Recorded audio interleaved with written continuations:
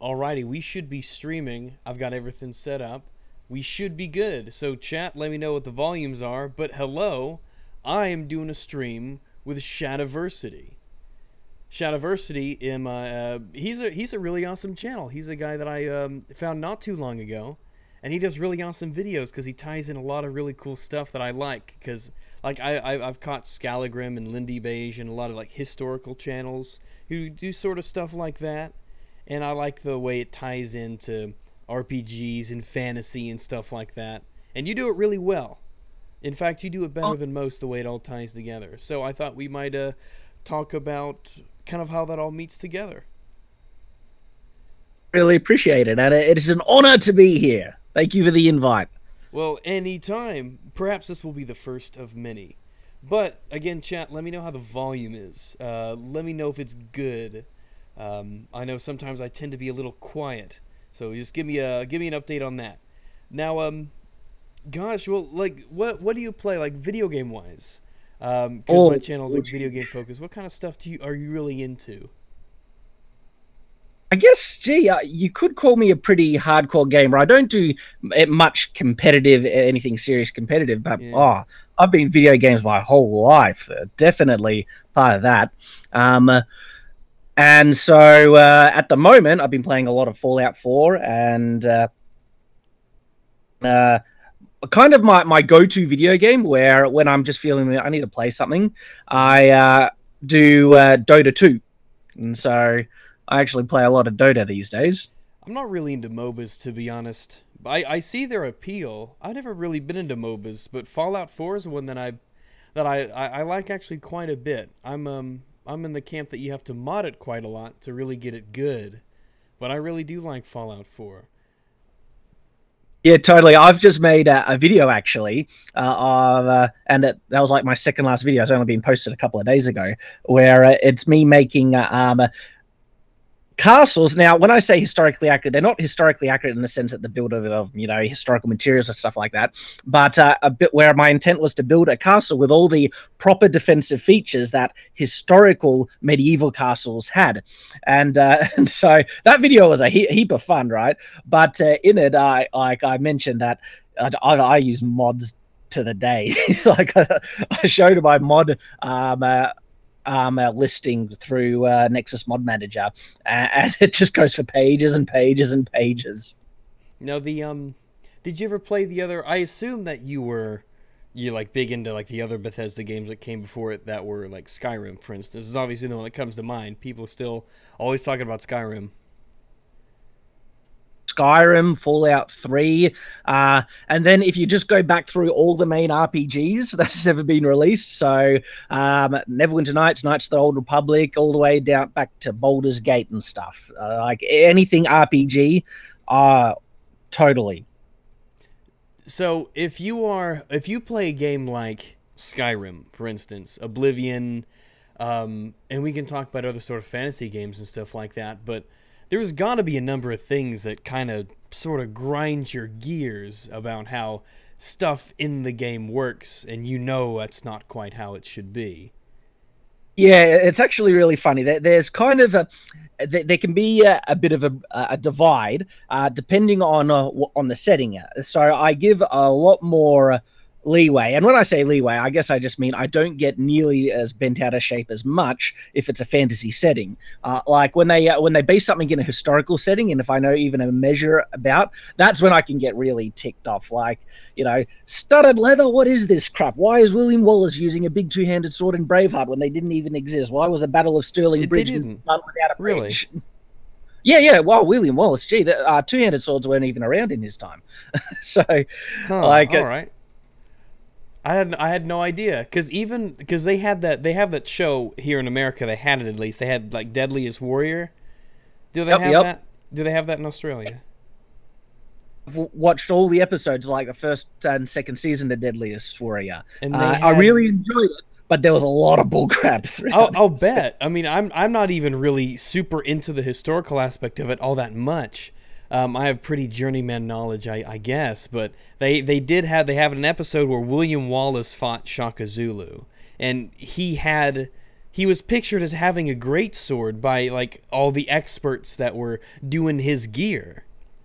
And Exactly. I just assumed that was like the thing. That was that typical Celtic Northern English sort of thing was the great sword. That almost barbarian like just go get him sort of weapon. I had no idea. Yeah.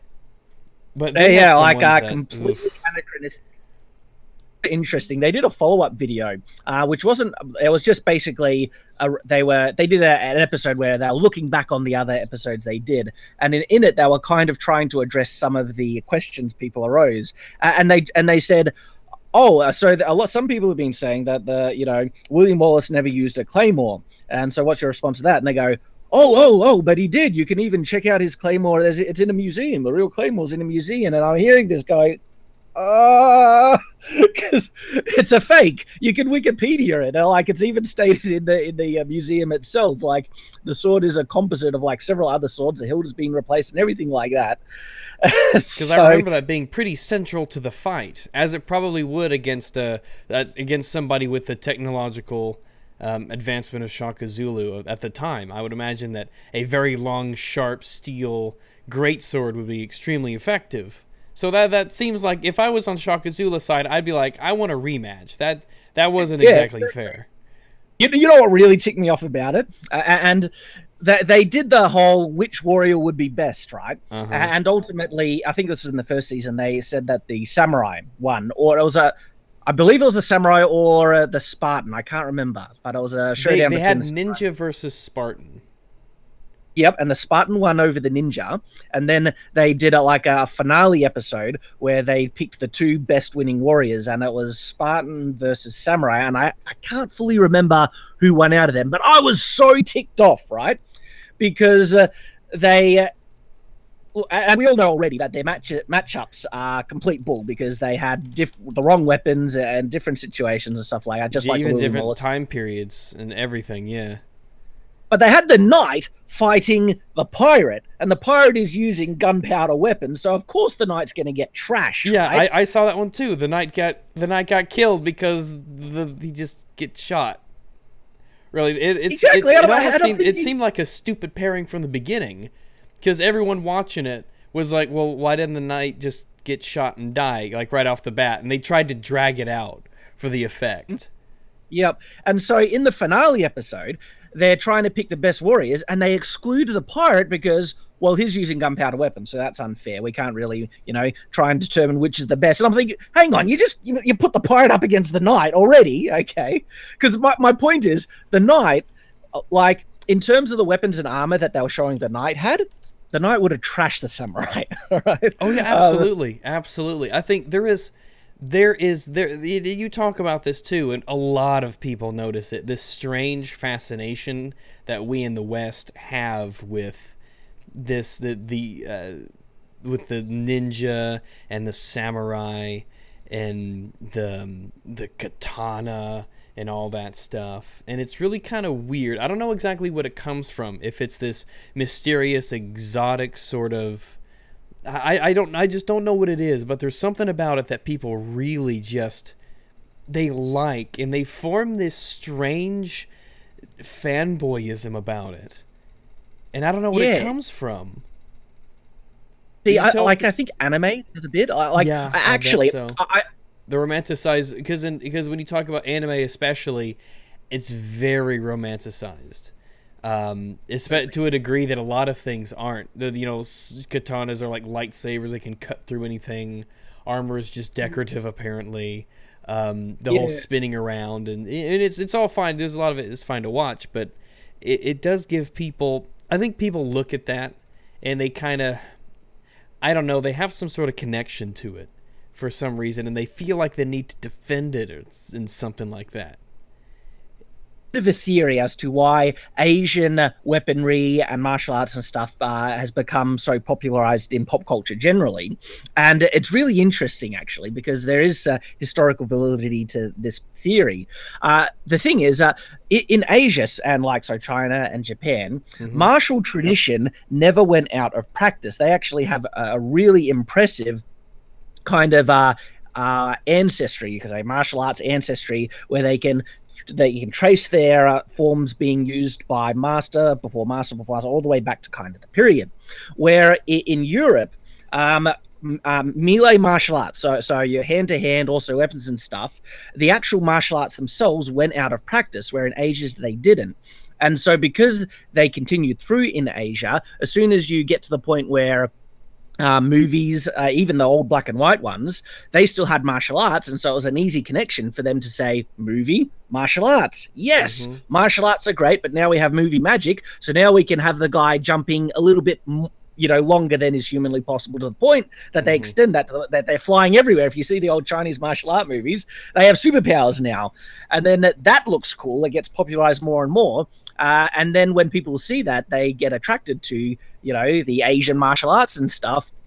And then we kind of get the pop culture situation where it's at the moment. Everybody wants to be a Genji main, and then it begins. Really interesting, though, is the reason why martial arts became less prominent in Europe versus Asia. And the reason is that in Europe, they understood the principle really well of force multiplication in terms of weaponry. So you can train your whole life and become a master hand-to-hand combat warrior, right? And that's all good. With a crossbow. Exactly. Or you could just pick up a dagger. Okay. As soon as you grab a dagger, your lethality potential has outweighed the guy who has trained his whole life with his fists. And so what they did in Europe, they used weapons. And so they went for the best weapons that they could carry around and trained on how to use the weapons. And so when the gun comes around, they're like, okay, well, that kind of makes swords not nearly as useful as they once were. Let's figure out on how to use these guns really well. And so the actual martial tradition of swords, and even the unarmed traditions in Europe, they were forgotten. They went out of practice, because what's interesting is that it seems like weaponry was far more accessible to the commoner in Europe than it was in Asia. And another little point that really emphasizes this is that in Asia, a lot of the martial arts weapons are weapons that are based off of farming implements, because the peasantry didn't have access to the actual martial weapons, so they had to make weapons out of their normal tools. Okay, all right. So, I mean, because really, like a naginata, for instance, really is like a scythe with the blade turned upwards, really. So the naginata is because you're talking about the pole weapon. Yeah, pole weapon with the curvy bit at the end, the sharp curvy blade at the end. So that one actually is a martial weapon, and so that was used by samurai, and also it's famous for being used by girls, but the guys samurai use it just as much. But if you look at the martial art weapons like the kama, and also the nunchuck and stuff like that, they're actually based more off farming implements, and so I think the tonfa might be as well. The sai not so much. The sai is more of a disarming, I think it might even be more Chinese based. But yeah, so it's interesting to note just the amount of weaponry in Asian martial arts that actually come from farming implements, and that would only be the case because the peasantry, they didn't have as nearly as free access to the martial level weapons as what I think they must have had in Europe. Is there? Do you know exactly why that is?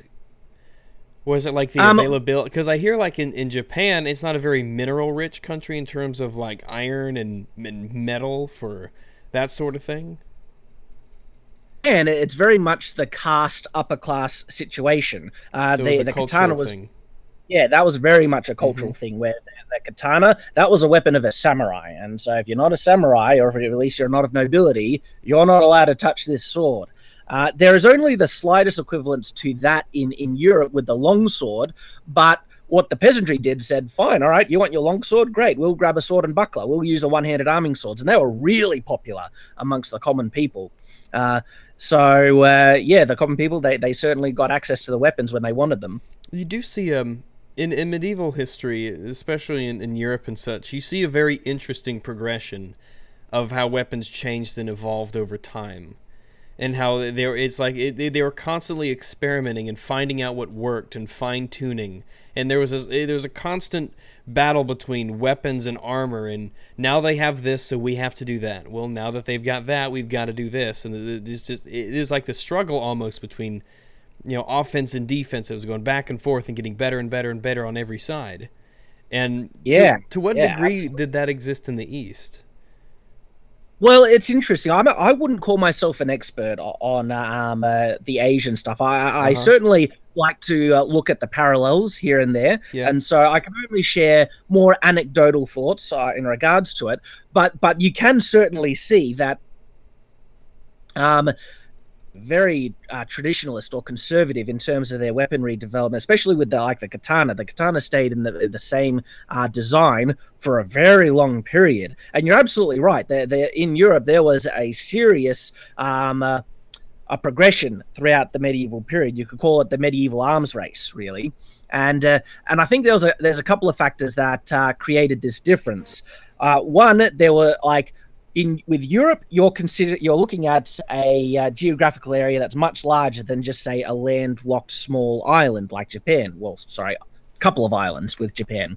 Where with Europe, you have a much higher population. And so, just generally, any area that has a higher population, you will see a higher amount of innovation and technological progression because there's more people, more brains to put to any given task. And I think that actually is reflected quite a lot in the modern day. Because if you have a look at the technological progression of the human history, we have learned more, we've advanced more in the last like 100 to 200 years than we did in the previous 1,000 years. Oh yeah, And absolutely.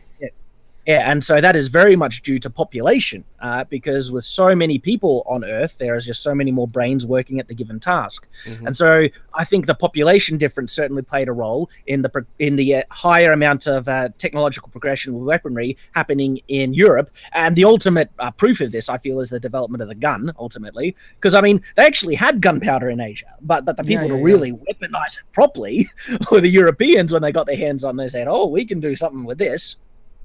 That is kind of And strange. How because you always get that. That's one of those things that we get from. I think China is where gunpowder was developed. How is like once the Europeans got hold of it, it makes you wonder to what role was it used militarily at all that much in China? I would actually want to fact check that because all I can so I'm not going to use my reference point that I've thought of as a All right, historically I can take a look at that later. accurate, Yeah. because all I can think of is in Mulan, the Disney movie where they got Yeah, the yeah, yeah, cannon. yeah, yeah. Like, yeah, that's probably not an accurate reference point. Well, For me to they comment. had dragons, so they had little mini dragons. So that was probably just as good as a gun, if not better. Dragons can beat anything. The So with all this knowledge you have about weapons and armor and how they work in tandem with each other, the back and forths of offense and defense and all that, playing games like Skyrim and things there's got to be some things that just kind of rub you the wrong way in particular. And a lot of it, like with me, a lot of it you can go, oh, okay, fair enough, it's a game, whatever. But there's got to be some things that they just really bug you. Um, all right, so I'm sure I've had those moments. None are coming to mind yet, but my general annoyance with fantasy, and which applies to Skyrim, is Oh, not it just a second. being. I got a timer going off. Give me just a second here. No worries. Ugh. One of my kids have an alarm clock with the exact same alarm, and I was wondering if that was from me.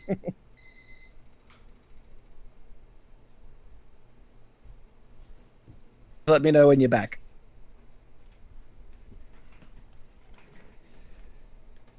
All right, there we go. Sorry.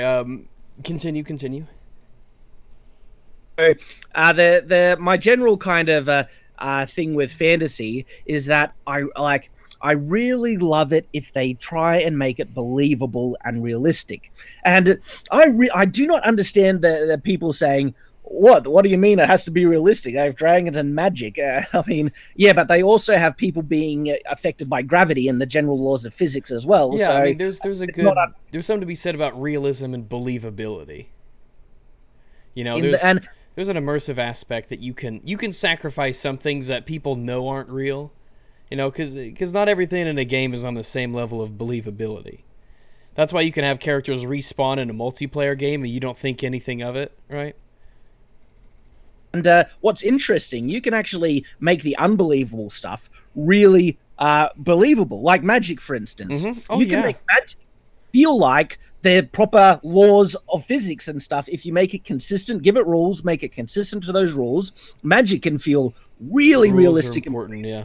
You have to be consistent with the rules that you set. That's the thing. That's why, for all of its problems, that's something that Harry Potter did really well. Is that it tried to stay like the way that magic and everything was. It tried to stay consistent with itself. You see that in what is it? In some games it's kind of loose the way that they sort of describe it. What's really good? It was a book series, Aragon. The books were actually pretty good because the rules that they had set up for magic were very, very well defined, and magic never violated its own rules. So you could believe it. It was never like contradictory.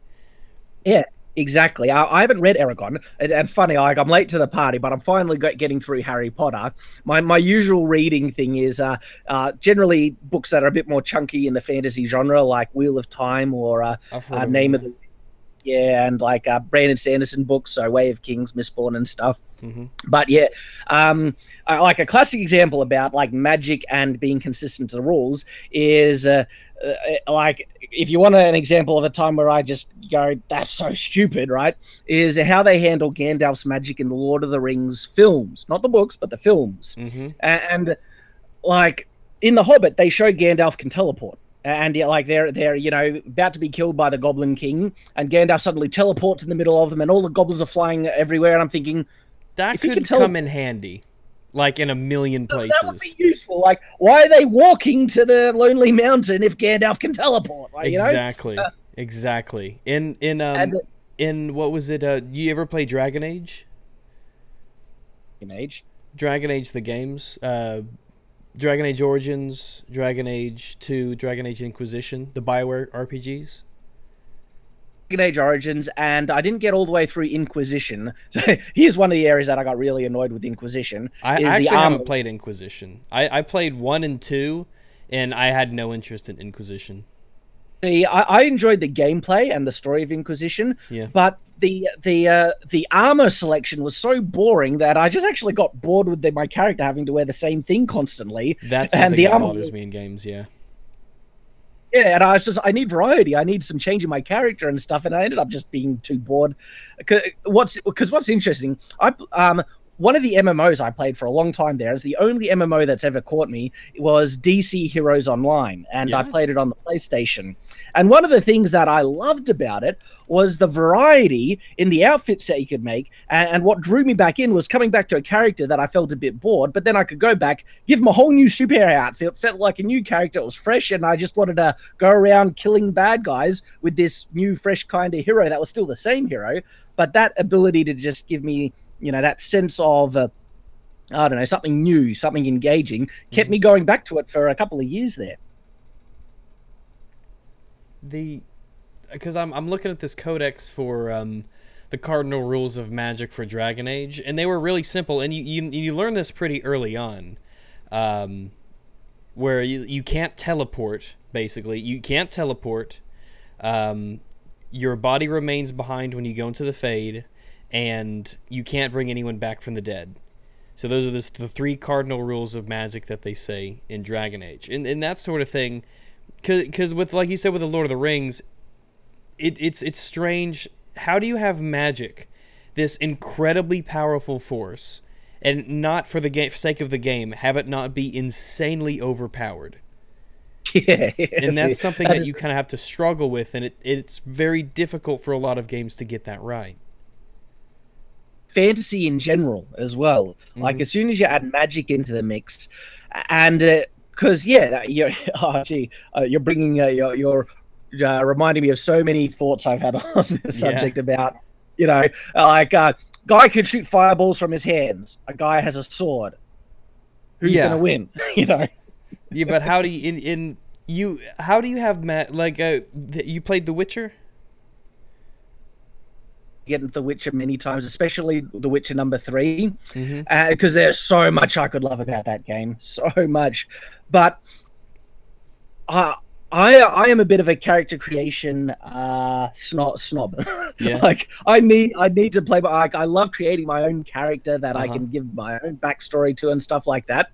And so it's hard for me to get into any game where I can't create my own character. But the times I can is if I find the character engaging and interesting. And people have given me hate for this, right? I can't get into Geralt. Geralt just doesn't appeal to me. And nothing against people that love him and think is, you know, funny or engaging, complex and stuff like that. Geralt has never done anything for me. Whereas on the flip side, I can play the new Tomb Raider games because the way they've done Lara is just awesome. And so, well, that's weird. I'm kind of the opposite. I really was able to connect with Geralt really, really well. It was really easy for me to put myself in his shoes because he was sort of a blank slate kind of character. Where I couldn't do anything in terms of like Geralt is Geralt no matter who you are, but they did a good job where you can influence the things that he does so much, and it was just easy for me to see myself as Geralt playing through the world, and the world itself has a lot to do with it, I think. But I think the magic in that game as a pretty good set of rules, and it's really well. I mean, there's a lot of books and a lot of lore surrounding it, and that's one of those things where the magic, it makes sense and you can believe it.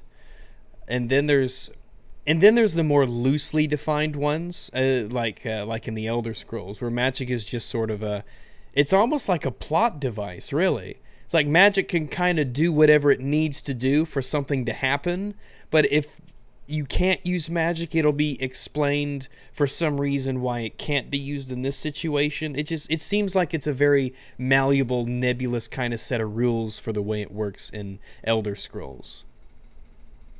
There can be a bit of a disconnect in that. If it's too obvious that they're making the rules just for gameplay reasons and balance reasons, that can be a bit immersion breaking. I get that completely. Yeah, like this fireball does, 15 damage to you, and it's like, how is he not melted? It's fire, right? Yeah, it's like, I'm gonna freeze you solid, and he's just frozen for 2 turns. It's like, no, he's dead. He's so dead. He's not coming back from that. Now, one of the things that bugs me a lot, and you mentioned this in one of your videos, and it obviously brought it out in me, is the way armor is portrayed in video games. Oh, and yes. How it's just not right at all. I mean, there's so few games that make armor. Yeah, like, you know how you're asking me what makes me go, like it's Skyrim? Yes, definitely how they handle the armor. There are so few games where armor actually, because in a lot of times armor is nothing more than now you just have more defense. So the numbers are just going to do less damage to you now, regardless of whether or not it's mail, or I mean you'll have cloth shirts that can give you more defense than actual plate mail if the levels are right, and just weird stuff like that. And what drives me nuts, and I was particularly annoyed about this with For Honor as well, is that the attacks are slashing into these heavily armored guys, and blood's flying off, and they're animating it as if the armor doesn't exist. Yeah, why have it? So, do you understand what armor is? And there was one game I played a while ago. I think it's completely dead now, but it was called War of the Roses. And you would make a character, and the armor that you wore actually meant something, where you would have to try to attack people in the arms or legs or at the head, and there would be plate mail, and there would be like chain mail and different types of armor that would resist different types of attacks with different weapons, and it was really cool. Like pole arms, you would have to hit them with the actual metal bit. Or if you had a spear, you had to hit him with the end of the spear. You couldn't just slash at a guy 2 feet away, because you just hit him with the stick bit and it wouldn't do any damage. So yeah, I'm ashamed that it died, because it was really kind of cool how that stuff worked and how the armor and the weapons seemed like they were actually real. Absolutely, and this is because I actually tried War of the Roses once or twice. For that very reason, there are so many awesome elements on it, but I think it ran into the main issue about trying to figure out how to handle, combat armor and weaponry as realistic as possible, is trying to implement it with easy, intuitive, and enjoyable gameplay mechanics just with the controls. Because that's what that was the wall I hit with War of the Roses. I didn't like the gameplay. It was just a bit too clunky for me. It was really clunky. There was a few times when, like, you would see a guy and you would both actually, like, fight, and you could kind of dodge and everything. And when you like were parrying his attacks and trying to find, you know, the good spot, because they had the directional attacks and everything with different weapons, it was so good. Especially with the way, like, archery kind of worked with different arrowheads. How you would have to hit people in different parts of the body based on whether it was like a bodkin arrow or like a broader head arrow. And how it would, like, plate mail, it would be completely resistant to, like, arrows, right? So you would have to hit them in a non-plate mail part of their body. And it all worked together so well once you kind of stuck with it a bit. But I ran into the pay-to-win problem where people would just buy coins and then get the super ultra complete set of plate mail armor and then a two-handed axe and just go around slaughtering people, and then I just quit. Like, I don't. Developers obviously do it because they want to get money, right? But yeah, can they not see how many people that drives away? Or, yeah, like, it drove me away, and I was. It was a game that I would be willing to stick with that game and learn it if it weren't for that. And now, I mean, look at me now. I could have really helped do a lot of talking about the game and gotten a lot of people into it. People tell me all the time that they got into Dirty Bomb because of me, and you know, it's a lost opportunity. I wonder what they're exactly. Oh well, I mean, that's their thing, I guess. Hey, I guess that's a realistic aspect of it. You have all the money, you could buy the best armor and equipment, right? That's realism, guys. Whenever I hear pay to win, I just turn off. I was like, I don't even continue looking at the game. And that kills it's interesting. Me. Yeah, it's interesting how this relates to For Honor as well. Because I also thought For Honor had huge potential for trying to handle how to do the block parrying kind of attack in the game mechanic that seemed easy, fun, intuitive, and it looked like a really good combat system. And from what I used of it, it seemed really good. But then, of course, so many reasons has caused that game to die now because of they didn't have any dedicated servers, which just screwed up multiplayer to no ends. And then they had Ubisoft. They can afford it. Yeah, exactly. It's just a matter of them being greedy. Much pay-to-win element as well. Well, what was the pay-to-win element into it, actually? I didn't understand it completely, but I watched several videos on it. That if you get the right items, you get really significant buffs and stuff like that. But the buff elements for the weapons only get applied in certain gameplay types and things. But it was ruining that gameplay type, is all these buffs that people were getting. Because, of course, if you want these, you know, good weapons and armor and stuff for your character, you can either play for, I don't know, 2 years to get all the in-game currency to buy them, or you can just buy them with real cash.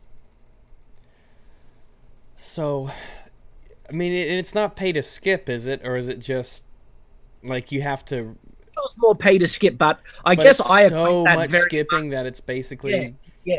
I equate that to pay to win in a large measure, because I'm not going to spend the hundreds and hundreds of hours needed to get, you know, all the items for just one set of equipment. I got you.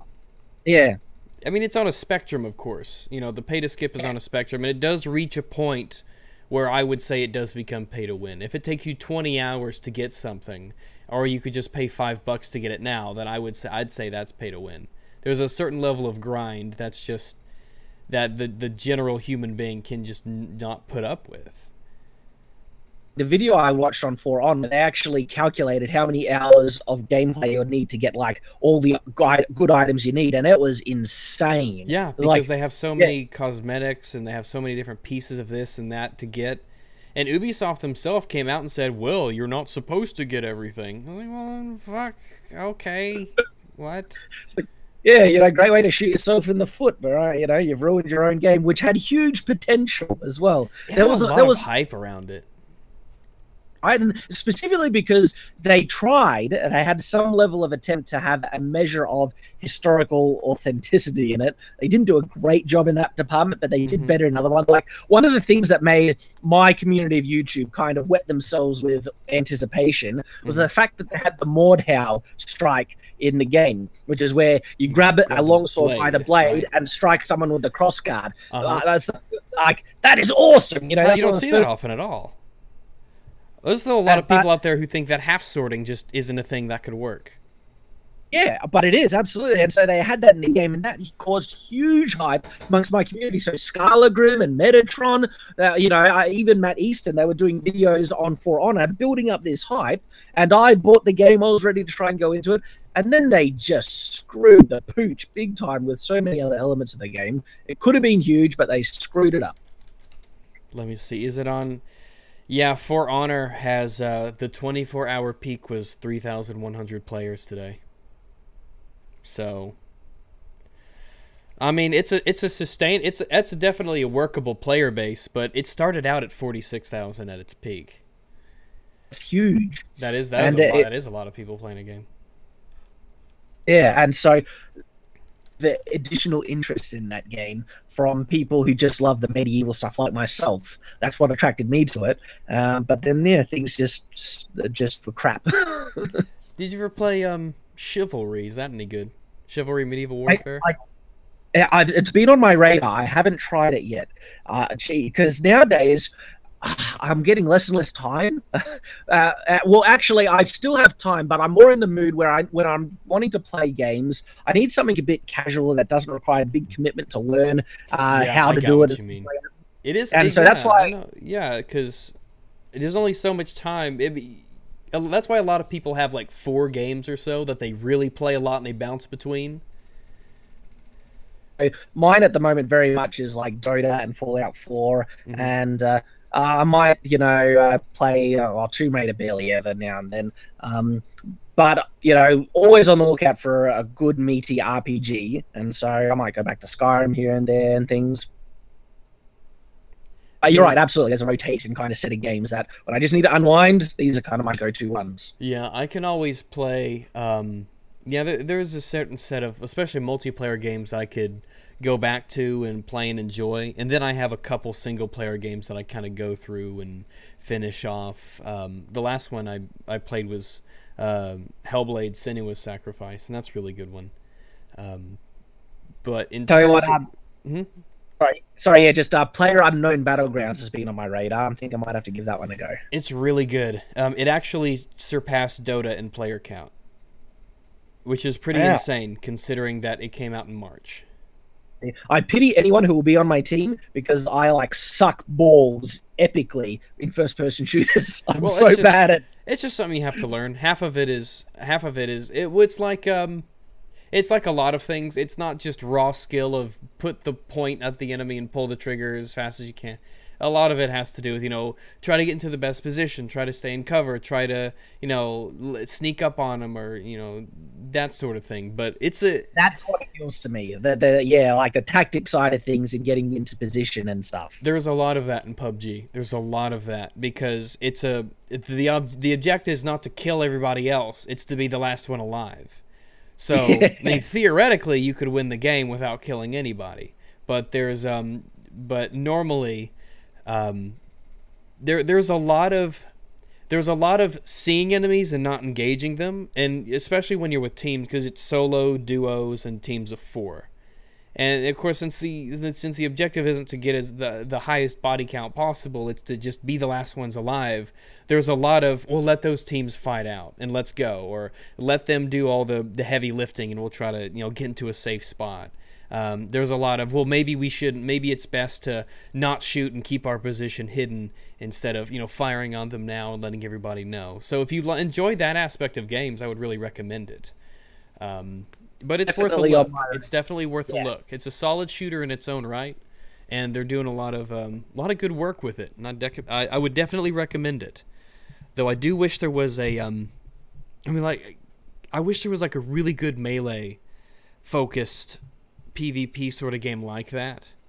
That had that War of the Roses kind of feel to it, where there would be this rock paper scissors kind of advantage disadvantage.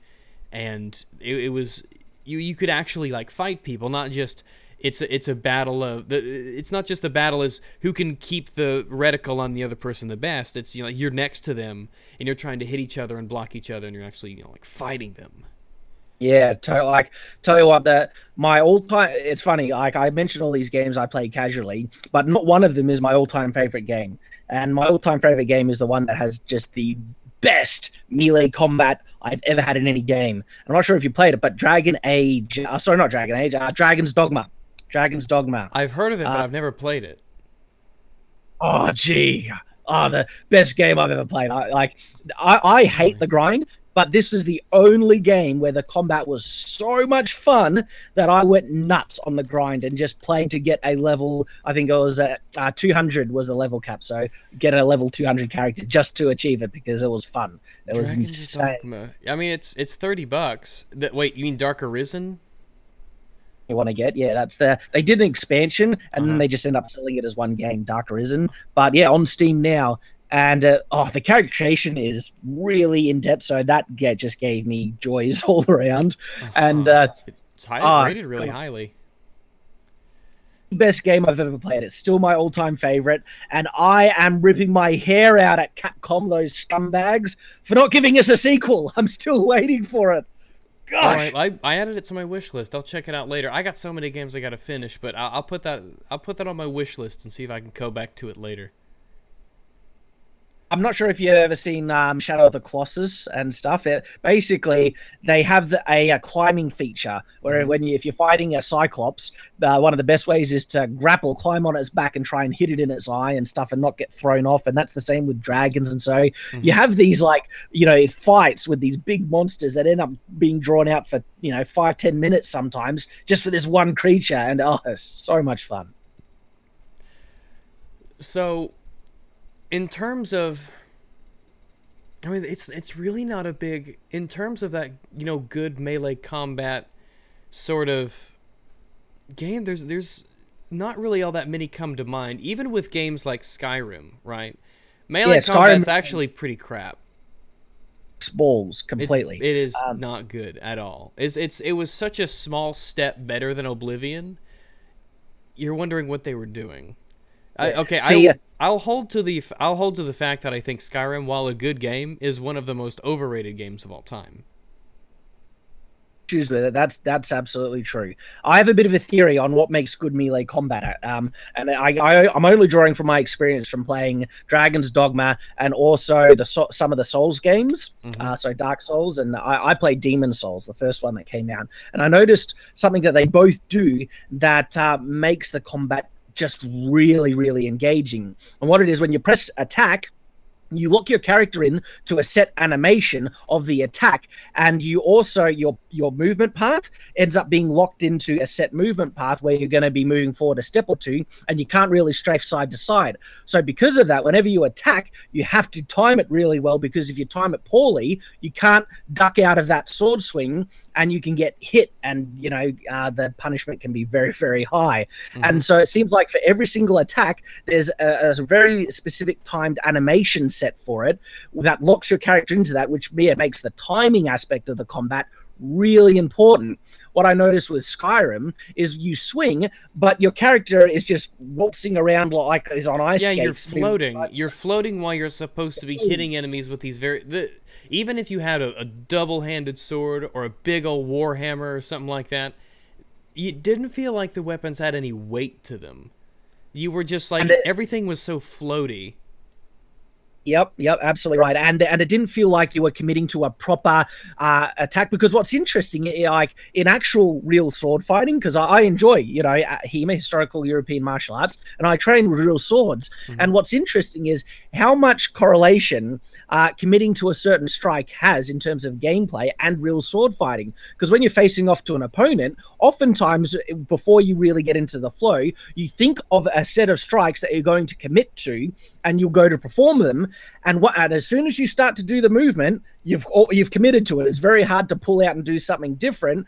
And so it's interesting how much that has a relationship to if you did that in gameplay, where you commit to a certain strike, and if you haven't planned how to respond to their own counter, you're going to be pretty boned. You're screwed. I know The Witcher 3's melee combat was pretty good. But there is that give and take with being able to. There is a point in a lot of games where, well, it's hard. It's so hard to do because there's so much that there's so many little things that go into it. Most games will just be like fast attack, slow attack, and that'll kind of be it. You can parry, fast attack, slow attack, and that's pretty much the extent of what you can do with your sword. Mm-hmm. And see, I actually think that can work pretty well because, like, with going back to Dragon's Dogma, that's really all they had. They had a basic attack and a heavy attack, and you would cycle through different animations depending on what attack you did before. But then, depending on your movement, that can switch to a different attack or a roll and other things. And I think that can actually work really well. And it's pretty easy to add on top of that a basic targeting system for going low or going high or going, you know, left, right, and stuff. And because as soon as you start to add on mechanic on mechanic on mechanic, the skill like spike to just figure out how to do it properly can be a real big barrier. Yeah, just like the basic stuff gets buried down underneath all sorts of other things. And that's what, you know, I hit when I tried War of the Roses. It was just like, no, actually, War of the Roses was a bit. Sorry, I'm probably being a bit unfair. It was about the complicatedness of it. Every weapon was something that you had to learn. Like there were weapons. Some weapons were just undoubtedly easier to use than others. Like a two-handed sword was just way easier to use than a polearm was to use. But there was a level of satisfaction that came with using something like a polearm or I don't know what they're called. It's basically like a shorter version of one, like a poleaxe, something like that. Somewhere it wasn't quite a spear, but it wasn't quite a. Basically, you hit him with the edge of it, and you could do different. You can stab with it, you can slash with it, but you always had to hit it with like the weighted end of the head. There was a level of satisfaction you got from being able to use that fairly well. Yeah, so because War of the Roses, it's been ages since I played it. But did that have mouse kind of like you depending on where you could swing in different. If you pulled back and attacked, you would do like a stab. If you went forward and attacked, I think you would come in over the top, and then there was left and right. So I think it was it was a little bit weapon dependent, but it pretty much had. Oh no, you would drag your mouse in a certain direction. And when you dragged it in a certain direction, you would slash in that direction. So I think you could kind of attack at a lot of different angles, is how it worked. So that was cool. So you would charge up and attack, because when you charged up, your character would pull the weapon back, like you were about to swing it, and then you would swing it in whatever direction you made the slashing motion with your mouse in. And I really liked that because it was a tell that, you know, which way they would attack. So you could have really awesome, like, actual duels where there'd be you and another guy, and you would be blocking and attacking, and it could go on fairly well. And that is really cool. And what's weird for me, right, is I found it it didn't connect with me. I found it clunky in War of the Roses, but there's a game very similar to it that has a very similar combat system where it's mouse direct aiming with melee, and that was Mountain Blade. And yeah, so I've heard really good things about Mountain Blade. And see, for some reason, I found Mountain Blade it flowed way better, and it was more I just found it more intuitive and easy to handle.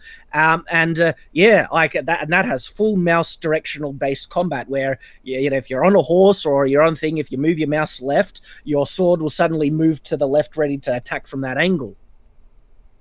So it obviously can work, because I love Mountain Blade. That's a brilliant game. I wish there was. I wonder what the biggest game is out there right now that's kind of like that. Because there's a lot of melee games where you fight like either hordes of enemies, like in Vermintide, which is really good, or things of that nature. But like a good PvP kind of dueling game. I mean, I think that like one of the reasons PUBG became so popular was because it was a game that had really solid mechanics, and it was a game mode and type that people really wanted to have done well. And so PUBG comes along. It finally does it really, really well, and people they love it. They swarm all over it. I wonder if the same thing can be said about games of that nature, melee-focused PvP games. If there is, I think there is. I think there is a very hungry community wanting a real solid, like a sword simulator that can do what they want, and if someone can make that, oh gee, they'll swarm to it. I would be making I would let's be plays interested in it, yeah. well. Yeah, and I reckon that could explode. Yeah. And one game that possibly has the potential for it is Kingdom Come Deliverance, which is in development at the moment. While I've heard of it, I haven't really checked too much on it.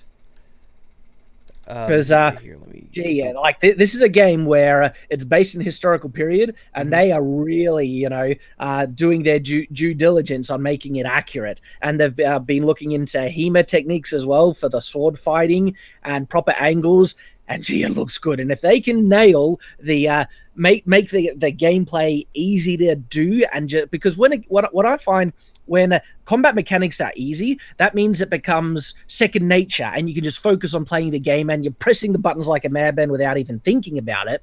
And that's when the gameplay and the combat just gets really, really fun. And so if they can figure that out, I reckon they have a winner on their hands. It's games like that because you have a level of it's a trade-off between the amount of things you could do and refining the simple stuff. Like you have one of the most popular shooters in the world is Counter-Strike. It's Counter-Strike. And it really is a very simple game in terms of the mechanics and how they work. But learning them and mastering them could take a long time. And it's satisfying when you get it right. Yeah. Those are the games I love, right? Like simple to grasp, but complex in sophistication, and you can just really figure out the ins and outs. I mean, that's actually one of the reasons why I love the card game Magic the Gathering, where the basic concept is simple enough, but then you've got just an infinite amount of variance in the types of decks you can build and the strategies you can put together. So it's that kind of thing I love. The whole easy to learn, difficult to master concept, absolutely. Definitely, because like Dirty Bomb is one of my favorite shooters, and it's really simple in how like the gunplay and everything is, but it's about you getting better at it. It's not about finding new tricks and unlocking new abilities. It's about becoming good at a core set of skills, and it makes you think that this is a my skill versus their skill kind of game. And there's so many games that bog it down in magic spells and buffs and auras and necromancy and things like that, and that's all fine and all, but there's a certain level of simplicity that is refined that a lot of games don't really have. Oh yeah, absolutely. This is a bit in relation to one of the gripes I have against the current state of MMORPGs and stuff, is that like if they could just take out the grind and give people the end game content, just have a game that's like, because that's basically what you're there for. You want to get into the good stuff. Well, Guild Wars 2 does that actually. They give you a booster to level 80. So if you want to get all the end game stuff, you can, like right now, because I jumped back into it. And I think like if you buy an expansion, which is expansions give you end level, a lot of the content is end level. They give you a level 80 booster. It's like, okay, here you can make a level 80 character now. But that's one of the reasons I like Guild Wars 2 so much, because it doesn't feel like a grind. But World of Warcraft, oh man. See, because like I appreciate games where success in the games requires skill in playing it, and the problem that I find in a lot of MMORPGs is that they take away the skill component a lot and just have it levels. If you're a high enough level, levels and gears, it's all about numbers. Are your numbers better than their numbers? Exactly, and then there's no skill in that, and there's no real satisfaction in achievement then, apart from the fact you can say, I played this game for X length of time to make this X level character. It's like, all right, so you've said that you can spend a lot of time playing a game. It doesn't show that you're any good at, doing something. So I love games that have, combat mechanics that do require skill to master and stuff. And so I wish I could find that in a good meaty MMORPG. Yeah, that's another thing that bugs me about Bethesda games, but Skyrim especially, is the way that the way the difficulty could be. It's just like you would come across enemies and they would just be practically invincible. You would cross some invisible barrier, or your gear would be at a certain point where it triggers the game to start spawning enemies that are just leaps and bounds better than you, and there's nothing you could do despite. Like I tried to make a character, an orc character who was going to be nothing like strength and endurance, and I knew how to get him dwarven gear really, really quick and a big old dwarven greatsword and stuff. And I was level 4, and I knew how to get all this stuff, and I had crafted it all, and I was wearing it all, and I was gonna go out and fight dragons and shit. And then, but I want to walk out of Whiterun. You know, the first bandits I come across have enchanted axes, and they two-shot me, and then the dragon fight's nearly impossible because I did something to trigger the enemy levels to be way higher than I could possibly ever handle, despite my just obvious advantage over them in terms of, like, gear and equipment. It's a huge disconnect for me between immersion and realism as well. Because, look, a dagger to the neck will kill. Like, I don't care how many levels or hit points you have. Yeah, right? that'll kill you. Yeah. Exactly. So the fact that I have a plain steel sword and I can't do any damage to, you know, this level 200 character, if I can get a solid hit on him, you know, and granted magical defenses, yeah, there's that component inside of things, but still, like, a proper made sword that has a solid hit against a regular person, that should do some level of damage. And so I do appreciate that. Yeah, this is why I appreciate Dragon's Dogma and Dark Souls so much, is because so much of those games are skill based. And you see those videos of the guys that are playing the games where they're like level 0, but they're still taking on the huge bosses and stuff and winning because they're just that damn good at the game. No, the level should be you. The experience you have should be the experience of the player a lot of the times, not the experience of the character. Like, a lot of the times I feel like character levels are almost like the game's way of saying, well, the character is really experienced, and they don't talk about, well, the player who got the character that far is the one with the experience. Yeah, and what's interesting, like, because I think that leveling up does play an important role in giving a sense of progression and achievement, and so, like... So I think it can be done. You can get that sense without this artificial construct of levels and having a game skill-based, but have a sense of progression in terms of the types. Well, one, your progression through the story of the game. That's a clear, easy way to do it. Yeah. But also the items that you find and the monsters that you've been able to kill and other things like that can give that sense of progression and advancement that levels do, because levels now, they're more thrown in to just artificially extend gameplay. Like, yeah, you need to be this level. You have to level up to get this. Like, you have to play exactly. more. So go you have to play the game more, or you could pay this money and just get exactly. The developers don't actually have to make any real gameplay. They can just make an area, throw monsters there, and say, "Go kill them." And when you come across enemies that, and it sucks both ways, when you come across enemies that you just slaughter without any problems whatsoever, that don't even slow you down, and then you come across enemies who look the same, but they just destroy you and you don't even have a chance because their levels are, because the level scaling is so weird. I wish everything was always like a bit of a challenge. It wasn't too easy. It wasn't too difficult. Like, no matter what my level was, I could still progress and make my character better and better, but the enemies would also, you know, get tougher and tougher as well. One of the things that I love doing in, like, pen and paper role-playing games and stuff, because there's so much more freedom in it, where regardless of level of my character, if I play smart enough, I can still kill the really big bad thing if I just play right. Yeah. Well, you can't really get away with that in video games because they have things locked into a mechanic. And it'll be great if they did have a situation where, regardless of the level of the, you know, creature, and yes, it could kill you with one hit no matter what, but if there was a way that you could still kill it if you were just smart enough, like you played, the creative solution aspect too. If you have to kill a knight, you don't engage him in an open battle. You try to stab him in the back or something like that. Or absolutely. That's why I like games like Prey and Deus Ex and Dishonored, because they give you so many avenues of approach to these problems, and you know, just you get that a lot when you try to fight even just regular enemies in games, where if you try to fight them head on, it's like an actual struggle in a battle because they know you're there. Or you could just shoot them once from behind or stab them once from behind and they're just dead. You're just gone like that. And it's a matter of getting into position, staying out of sight. You get this a lot in stealth games too, where if they spot you, you're fucked. There's nothing you could do. But it's all about, you know, using your guile and stealth to get around that armor. And yeah, this Kingdom Come Deliverance looks pretty interesting. What I'll do is I'll leave this tab open. Is it is it out yet, or is it like it's an early access? Yeah, it's not out yet. I haven't really checked in the last month or so to see where they're at, but it's not released as of yet. I think they've actually announced the release date for it though, February 13th and I forget what next year. So There we okay, go. all right. I need to put this on my radar then, because like when I see a bandit who has a sword, right? I shouldn't be going, oh, it's just a bandit with a sword. I'm like, okay, this is an adult human who has a sword who wants to kill me. So I have to kind of keep my wits about me so he doesn't stab me, you know?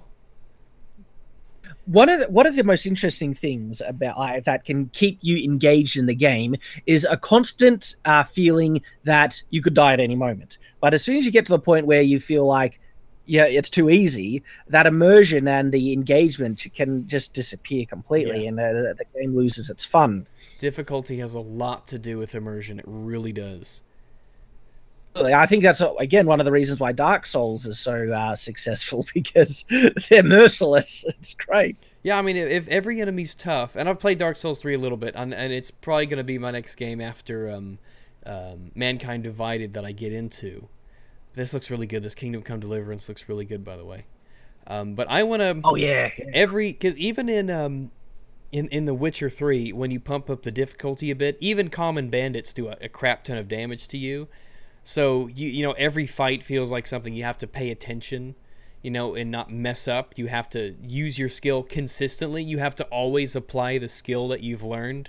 You can't just go, oh, they're just bandits. They're not a problem at all. I don't have to worry about them. They're just bandits. It's like, no, it's an adult human with a sword, and he wants to stab you with it. You can't just scoff at him and act like he's not exactly a threat. You know, and for that very reason, I got to the point in playing Dragon's Dogma, and I still do this now. Whenever I start a new character, I put the difficulty on New Game Plus end game difficulty level, and with a level like 0 character. It is the best fun, where you have to spend like 5 minutes to kill a single goblin.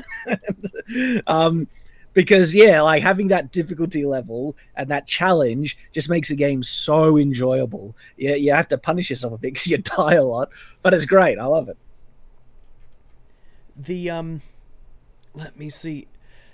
I'm trying to think about what other like really games that are like nice and historically accurate. There are a lot of immersive ones that borrow from real world stuff. I mean, even The Witcher is based on Polish folklore, and they clearly looked at a lot of buildings and things like that and made it feel real. Yeah, but old creation in The Witcher is just it's fantastic, and that's something that Hellblade does really, really well too. But it's the, as you can attest to, even things like medieval buildings can get a lot of attention from people because it really is another world. We take so many things for granted. And to see how people existed and lived back then, and to see how they did things, and to see how they problem solved, it really humanizes history a lot. When you talk about the solutions that people back then came up with, based on their technology, to like build everything from building a house. How do you do that without machines, without electricity, without motors and engines? I mean, it's a big deal. You're absolutely right, and like I've often tried to wonder why, because what's weird for me as a kid, I found history boring, but I think it's because no one knew how to present it in the right way for me. Because the part about history that I love is the aspect of seeing another world, the escapism essentially, and I think history really is escapism if it's presented well, and that's something that you're absolutely right on. Yeah, it is kind of escapism. Well, this is the thing. I think you can actually look at so many forms of entertainment, not everything, granted, but so many forms of entertainment is actually catering to that desire of escapism, where sometimes we just want to get out of our boring life and experience something different. And I think even movies cater to this, because we go to watch a movie to watch a different world, a different story, something more exciting or adventurous in our own lives. And that extends to TV shows, to video games and stuff like that. And then it also, I feel, absolutely applies to history as well. It's a form of escapism to see something different, because different things are interesting. Yeah, that's why games can be so great, because they have an interactiveness to them that movies lack. Like I've really kind of fallen out of playing movies or watching movies and shows and stuff, I play so many more games now because just the interactive nature of it helps to suck me in more. I barely watch any TV nowadays, and the movies have to be of my particular likes for me to go out of my way to watch them. You know, which is basically anything Marvel these days. But yeah, like the video games are the most intense and fulfilling type of escapism you can really find because the interactive aspect of it. And so that's why even it forms a history of trying to embrace the digital format to, you know, recreate what a medieval town might look like, and then they can create something, you know, in a computer. And like I make 3D models of castles and stuff to try and be able to, you know, look around and have that interactive element to just see what they could be like. And when you take a castle, like nowadays, we still have castles around, of course.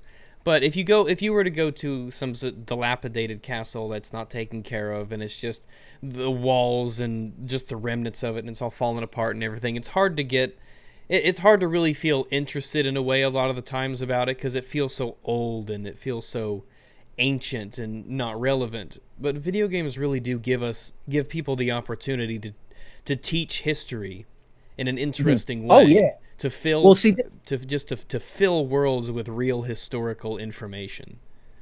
This is what it kind of really surprises me about my channel, is how many people subscribe, basically, because I can talk about some pretty dry things, but the thing is, if you apply it in an interesting way, and I love looking at how video games represent history, even in fantasy, because fantasy is so strongly based off of the medieval period and so many things. I love looking at how they adapt it and apply it. But in doing that, my goodness, yeah, people get really interested, even about some of the most dry things. Like, you know, you think the term machiculation, which is a defensive element on castle walls, one of the more technical aspects of castle defenses, would be boring and uninteresting, but that's become a running meme of my channel. Well, I mean, with the way you present it is interesting because you talk about the way it was used, and people, like when I was listening, I was picturing the guys on the battlements throwing things through the holes, shooting arrows through the holes, taking cover from volley fire. When you see it and it's explained to you how all of that works from a defensive perspective, and how the architecture was useful and how it was used, your mind kind of fills in the blanks of seeing people in those situations, trying to convince yourself that, wow, this is how it was used, this is how it was done. I could see it in my head. I could see them up there shooting arrows, and yeah, Lindy Beige does that really well too. You both do that really, really well. Compared to Lindy Beige is a very large compliment, because this is awesome. I love good old Lloyd. And in extension to what you were saying as well, is I found it amazing how much people, once they watch my videos and stuff, want to go out of their way and apply the knowledge that I'm talking about. So many people are saying, I gotta go build a castle now in Minecraft or stuff like that. And when they do it, they make proper machiculations on that castle, because they also know exactly what their function is now, and so they make it so they can be utilized in the game itself, which is just awesome. I think that's brilliant. And plus, when you're in school, I mean, school and textbooks can have an incredible, honestly shocking way of making what should be some of the most interesting and exciting things sound as dull as possible. So like at the battle of such and such, 2,000 enemies, 2,000s of these guys and 2,000 of these guys met in combat, and then this side won. And then here's the political ramifications of that. And like that's exciting. It's a battle. It should be visceral, and it should be loud, and you should be. It should be just. But it's just like, oh, this battle happened. Okay. You're right, like, because it's a battle. Swords, all right? These guys use swords in armor, fighting to the death for some cause that they feel very, invested in and stuff like that. This is awesome stuff. And it is amazing. It's a lot of it's in the teacher, but it's crazy. Yes, a lot of it is in the teacher and the structure. And yeah, like I was surprised how kind of almost, I guess, inoculated I was through school to subjects that I actually have a passionate interest in. Like I love science, theory of relativity. I could talk about it for ages, right? Quantum mechanics and everything. But in school, oh, what, science?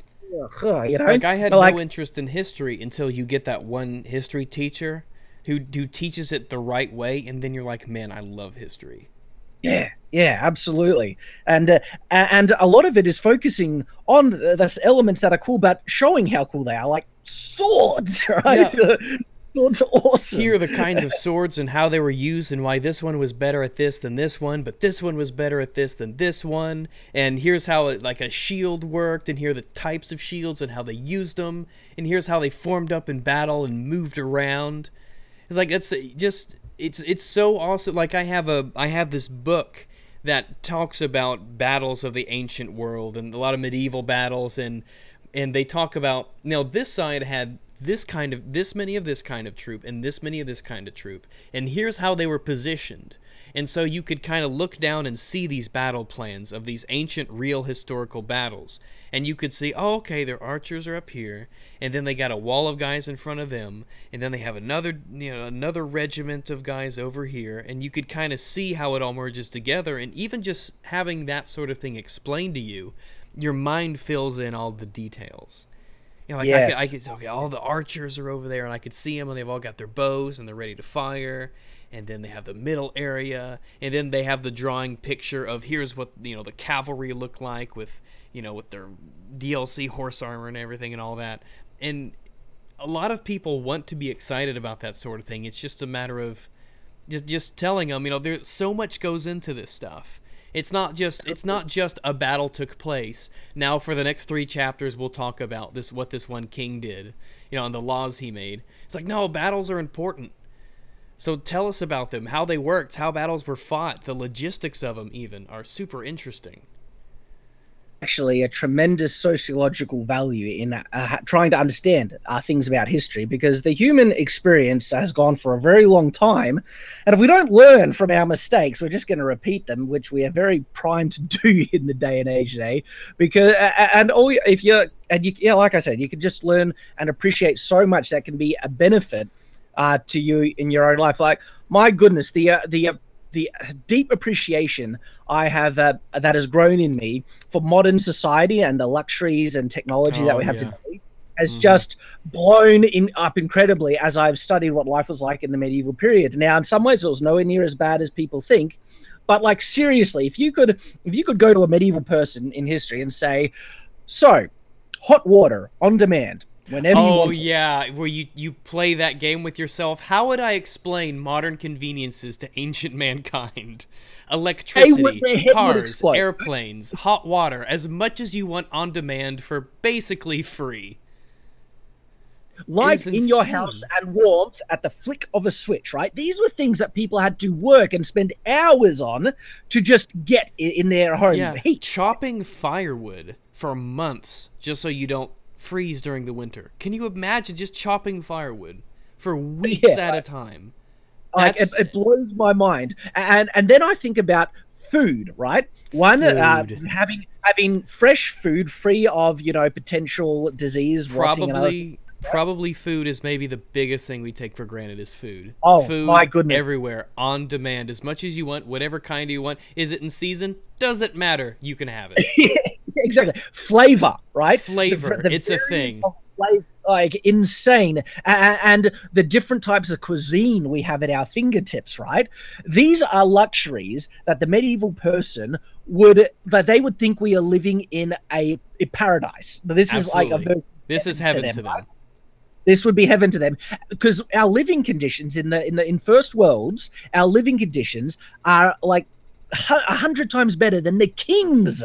Oh, the kings and rulers of that's the why past. That's why so much it's so easy to romanticize stuff back then, and video games do it, books do it, especially. I think T.H. White started that really with the Once and Future King was one that really took off. But man, I mean, you play games and you watch movies, and it is so romanticized, you have no idea. Like, because this is the thing, and I love the medieval period, right? Mm-hmm. I would never want to live there. Never want to live there. Absolutely not. I would love to. I would want to visit. Yeah, I'd love to visit. You bet. For you know, a week holiday in the past, anytime. Living there, not a chance in hell. Yes, exactly. I mean, the mortality rate was so high, and medical technology and all these things. Like, trust me, you want to live in the modern day. Yeah, this whole thing about it's okay to romanticize the past for movies, games, that sort of thing, but really though, I mean, let's just take battles were awful back then. Just imagine having a shit life and now people are trying to kill you. 1,000 of them. I mean, yes, it's interesting studying battles a bit, right? Because they're very different to how movies portray. Yeah. Because nowadays it's a lot more spread out and it's more distant and it's more impersonal. But back then it was you and a bunch of dudes right next to you and dudes in front of you, and you had to imagine. Can you? I cannot imagine having to kill another human being with a melee weapon. I can't imagine what that must be like. Oh yes. This comes into the sociological conditioning, though, because it's funny. Our experience with world wars and how devastating they were. Like World War I and II was actually that they hit home how different modern warfare was to medieval and classical warfare in such a profound way that has actually changed the social conditioning and approach to warfare and battle. And I think this is a healthy thing where we understand how horrible it is and stuff like that. But warfare was actually romanticized in the medieval period to medieval people far more to what we consider warfare now. I bet because it had to be. I'll bet you had to get someone to go out and do that shit. You had to tell them it was noble and valiant, and it was patriotic, and it was something that you should feel proud to do. And it's just such a noble, virile thing for a man to go out and battle. I mean, and it goes back all the way to the Greeks and before them. It's like you have to convince all these young dudes to go out there and fight and kill and die. The guys are going to be the ones who will do it. So you need to try and engineer an incentive sociologically to make them want to do it, because they've got to go out and risk their lives. And so you can tell them that it's manly and valiant. And I actually feel there is truth to this. I think it is a true manly virtue to want to protect your family and your home. It is, yeah. And channeling that is, and it's not necessarily cynical. I mean, a lot of the times it was one of those necessities is, hey, we have to defend because we take this for granted too. National security is something we take for granted too. Oh my goodness, yes. I mean, can you, Australia, it's not getting invaded. America, it's not getting invaded. Like, these are pipe dreams. We laugh at the idea of our nation or cities being attacked. Like, that's not even a concept to us. Oh yeah. But you're absolutely right. Back in the day, that was a very real thing. Absolutely, it was a very real thing that it was good to be prepared for and trained for. And then, at the same time, do you think back then there was as much of a sense of national pride as there is today? I mean, like, really, to the peasant? Do you think there was? How much did the peasant really care of who was in the castle 1,000 miles away that they would never see? I wonder how that was. Well, first of all, human beings are naturally tribal no matter what. Yeah. So they're going to find a demographic or something that they want to be identified with, whether it's just their village or their nation. They're always going to find a clique. That's true.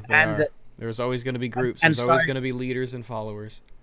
Exactly. And the other thing is, people like in movies and in media and other things like that, people always love to try and paint a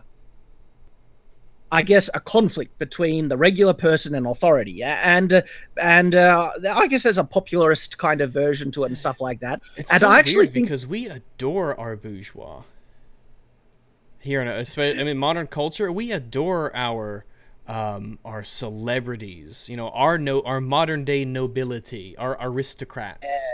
Yes, and so I think you might be surprised how much people actually loved their nobility, the knights.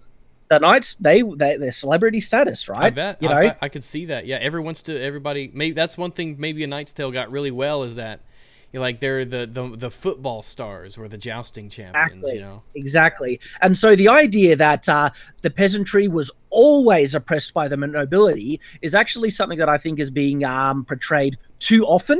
Now, Yeah, there I are would instances imagine that you piss off enough people for a long time, and things don't work well. history is proof uprising. You need the peasants as much as you hate those dirty, sniveling little nobodies. You kind of need them.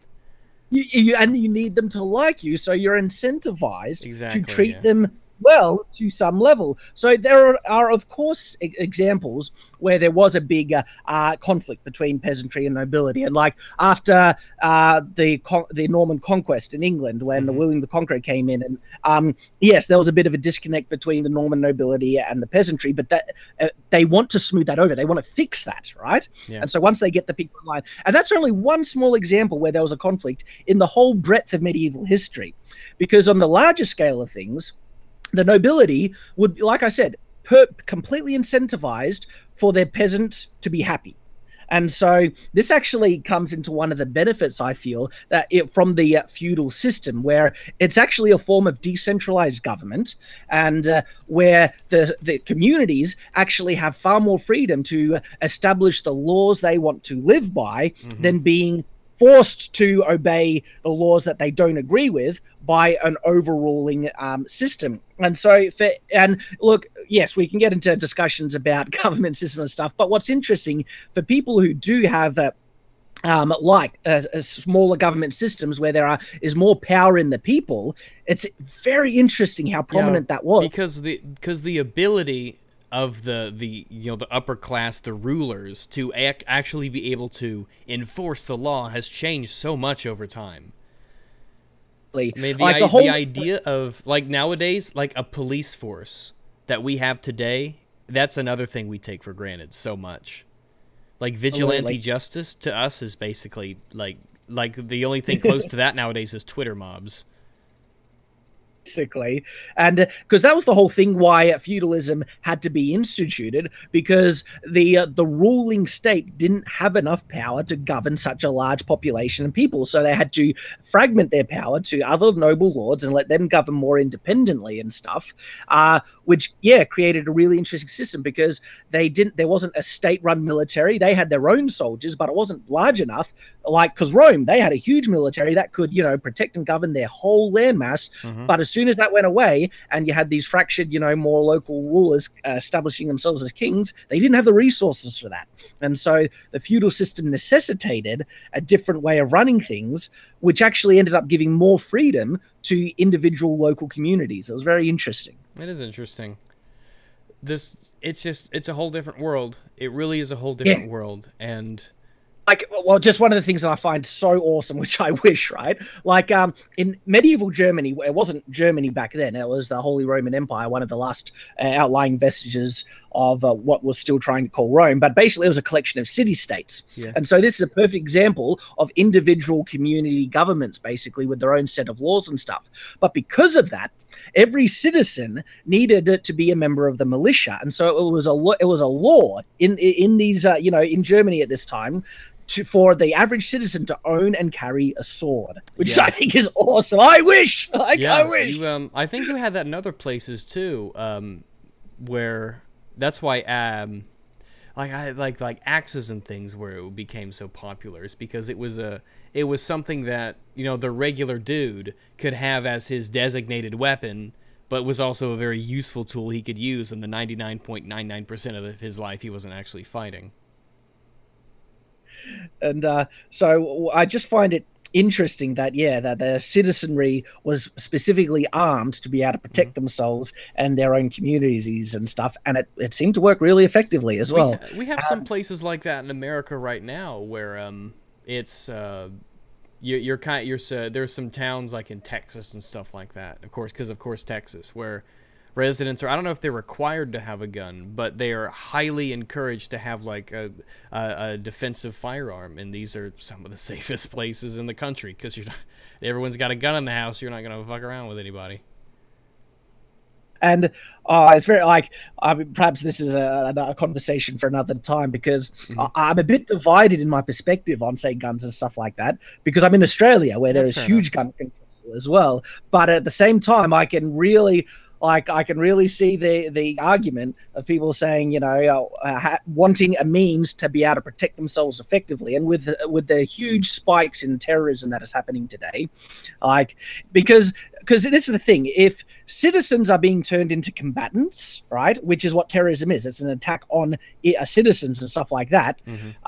There is an argument to arm the combatants, right? Well, the idea in America is that the Second Amendment is the because we have our amendments in our Constitution and all that, but the First Amendment is free speech, and the Second Amendment, the one that comes right after free speech, is the right to bear arms. Ultimately, an armed populace is the last defense against tyranny. There's so much truth in that. There's so much.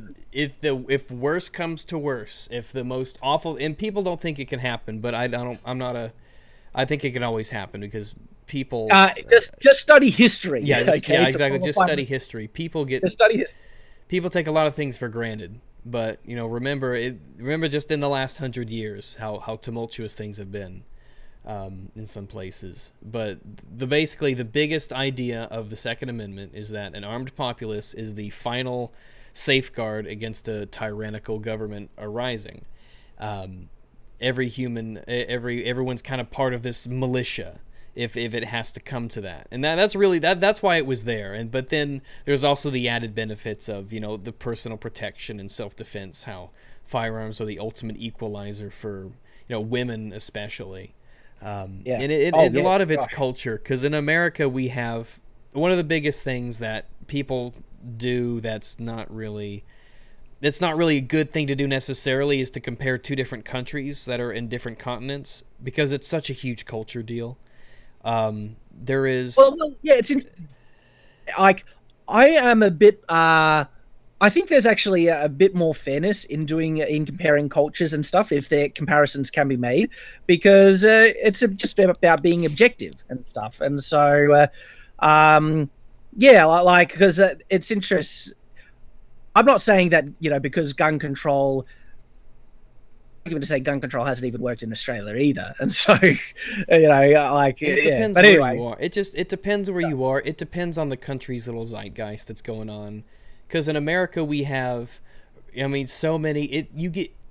is such a varied place. You will get, you'll get gangs and slums, and you'll have, rich gated communities and everything in between. And I have 13 guns, and I live in the southern United States with the rednecks and Bibles and things like that. And it's very much a culture thing. It's very, very much a culture thing. There's that southern, that redneck hunting, independent culture that we kind of have here that you don't get everywhere, because we got 50 states and they all have different laws and different restrictions and whatnot. But it's so hard to say, well, gun control works over here, so it'll work over there. And it's like, no, it's not. That's not really how it works. You're just comparing. Well, and like I said, there's even an argument to say gun control hasn't really worked over here. So it's very interesting, when you try and look at it. And I certainly I agree completely with the concept behind the Second Amendment, actually, and especially when I look to history about the benefits that does seem to have existed for the citizenry having a right to bear arms in certain circumstances. Mm-hmm. And then especially when I consider terrorism in the world today as well, it is getting kind of crazy. It's scary crazy, right? And there was that knife attack in London the other day, right? And I was just saying, gosh, if that ever happened, I'd wish I had a sword on me. I know, right? It's like I wish I had a sword. It's like that happens all the time too. Over here is some guy, some loon, some crazy guy, some terrorist, some criminal decides he wants to start shooting people, and then that one guy who's carrying a concealed weapon puts him down. And I find interesting. That's that. It happens over here. It's actually quite common that crimes are stopped. I was surprised how common it was, because that is never reported in the media. It's never in the media. It's never in the media. Absolutely not. No. But I found this YouTube channel just talking about active gun self-defense or something like that, and you're showing video after video after video of armed citizens successfully stopping robberies, muggings, and everything like that. Absolutely, yeah. And I was like, it's just something that and you're right. One of the things, of course, the media here in America is for the most part very left-leaning. So when you have, like, I was shocked when the Washington Post reported that, you know, Antifa assaulted right-wing protesters. Like, I was shocked that the media actually reported that. But over here, like I have a concealed carry license. So you take a class, they do background checks, you buy a gun, and you could carry it concealed.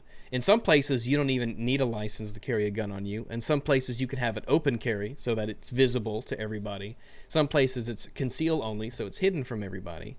But it is, I mean, it's a big responsibility, of course, but it's something that's definitely, it definitely is peace of mind. If anything else. Well, that's where I see the value in it. Like if I'm a father and I want to protect my family against anything that could happen, and because this is the thing, like I've shot guns before, and not like the video games, are they? but in real life, guns do frighten me, and perhaps just because that's an unfamiliar, I guess, a result of unfamiliarity. I haven't handled them enough to feel confident or completely. I think that's probably it. I think that really is probably it, because over here, guns are just, we have a gun culture in the United States, and guns are just it's just, the more you get used to it. I mean, it's like riding on a horse, you know.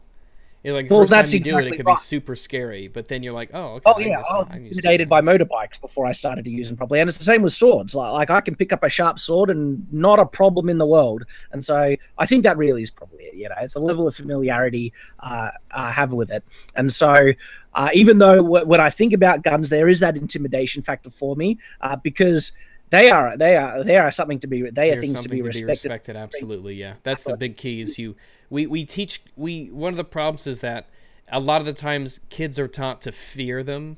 They're taught to be afraid of them instead of teaching them, you know, this is what they are, this is what they do, and here's how you're safe around them. They're not this strange exotic thing that, you know, this is part of society, and this is part of the world, and you know, as long as, you know, you just follow these basic rules, you're fine, and this is how we use them for, you know, good and not bad purposes. Yeah. Don't teach them to be afraid. Familiarize with them. Maybe that was the way that. I mean, I imagine the same. And I bet the same thing happened back in the day too, with swords and armor and battles and knights. Interesting. I've found a correlation, an interesting connection between violent video games and a practice that they did in the medieval period. And so one of the prominent things that knights did, and they would take their sons to do this, was the hunt, the classic medieval hunt, where they'd go and hunt a deer or a boar and other things like that. Yeah. And that's a really important role in training and preparation for combat and knighthood, learning how to run down something from a horse with your lance and other things like that. Yep. You needed to practice against a living thing, so that was the first very important thing. Riding, also being out on campaign, learning how to kind of live while on the march and stuff like that. So while you're on the hunt, you have to rough it and stuff. Mm-hmm. That was important. And then it was getting their sons familiar and comfortable and accustomed to the sight of blood. Yeah. And that was the other really important role. And this is interesting because they had a profession that they were being trained for that was actually very essential for the safety of their society. This was an important thing. Mm-hmm. And so preparing them properly was also a very important aspect to it. And so they needed to be prepared for the sight of blood. And that's what the medieval hunt did. And what I find interesting is violent video games can actually kind of serve the same purpose in our own time. Yeah, they do in a way. I think you're absolutely right. They can. I think they can do that to a degree. Yeah. But I'll tell you what, it's like one thing though. It's few things, but whenever I go to the range and I go shooting and stuff, it's the smell of gunpowder that really just kind of reminds me of how real it is. It reminds me of, what's weird is, like, it reminds me about how much I really, really, really don't want to get shot is when I smell gunpowder. Because when you shoot rounds off, you know, you smell that burning in the air. of the rounds. Yeah. And it's like the smell of a horse, for instance. A lot of people have never smelled a horse. A lot of people only know horses through movies and video games, especially movies, where horsemanship looks so easy. And I mean, just imagine all that goes into taking care of a horse and learning how to ride it. All that goes into keeping a saddle and keeping the health of the animal up. It's crazy. It really is. There's so much involved in it, and this is bringing up to my mind an interesting thing that is related to in terms of violent video games, the hunt, and other things like that. Is the fact that the inclination that guys have to be attracted to weapons. Like if you have a look at every in weapons, guns, swords, and everything like that, my subscriber base is 90% male. Now, the 10% of the females who are my subscribers are awesome. Like guys have never had a problem with girls playing with their toys. Guys love that. Okay? Oh yeah, it's like hell yeah. It's like I never got that. Because you get this thing about, gamer gators hate women and stuff like that. Gamers hate women. But it's like, dude, a woman who plays video games is the most awesome thing ever. It's like this is something that we can connect with. It's a hobby and a passion that we share, and we could always talk about it, and we could play it together, and we could. I mean, that it's excellent to have, because there's few things are worse than having a chick that you kind of want to like, but you have nothing in common. Because it's a drag. It's like, what do we talk about? I mean, I don't. It's like, what do we? Why? What am I? Yeah, this is dull. So the idea that guys are trying to say girls aren't allowed to enjoy comic books or video games or swords or collector card games. I don't know if that person exists. I've never seen anyone like that before, ever. Like the nerd, I'm a nerd, right? And our reaction for a hot girl coming into a comic book shop, like, hell yeah, make sure she never leaves. Exactly, right? It's the biggest straw man in the universe is that, like, gamers and nerds hate women. It's absolutely ridiculous. Stupid, right? And so just kind of coming back to the weapons thing, that predominantly weapons are enjoyed by guys. But there's an important reason for that. I actually think it comes into healthy male emotional health, right? And that is that, like, men are engineered to be providers and caretakers. Yeah, we're competitive. And so guys are object oriented, and this like, people can try and debate it, but science is very much against them when they say guys are object oriented. Well, you don't work for Google, do you? You better be careful now. Oh yeah. All right, you better cut the stream off there real quick. And women are people oriented. There's a lot of truth to that. Of course, there are exceptions. It is, yeah. Generalities. This is how it works. The aggregate, there are trends, yeah.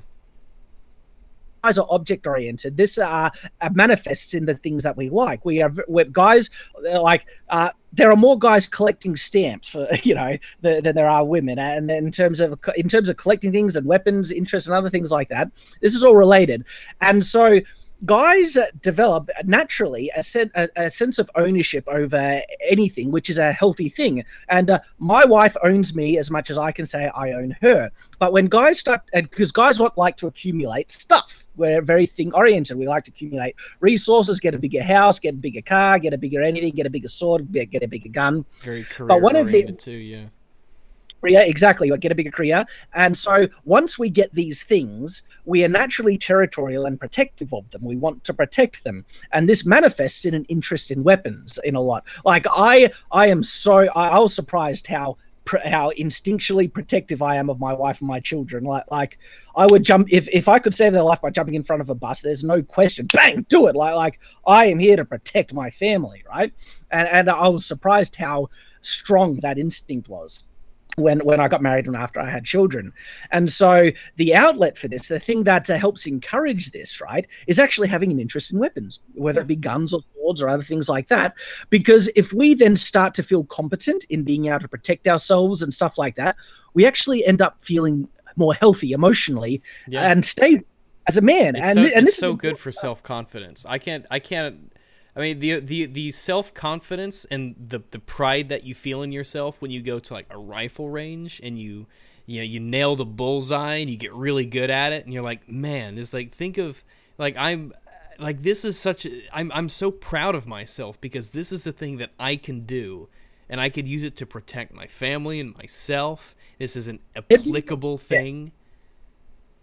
Yeah, exactly. And this then kind of comes into the violent side of stuff as well with violent video games, as I've been thinking recently on it. And it's that first of all, someone can be completely desensitized and unaffected by violence and still be empathetic and emotional completely. And I think doctors prove this the most. You know, these are people hacking other people up, blood everywhere, but they learn that they have to make a disconnect between this, very violent blood that's in front of them, a disconnect between that and individuals, and they can compartmentalize like that, and it's perfectly possible. It's absolutely true. I was in search and rescue for a number of years, and for the state.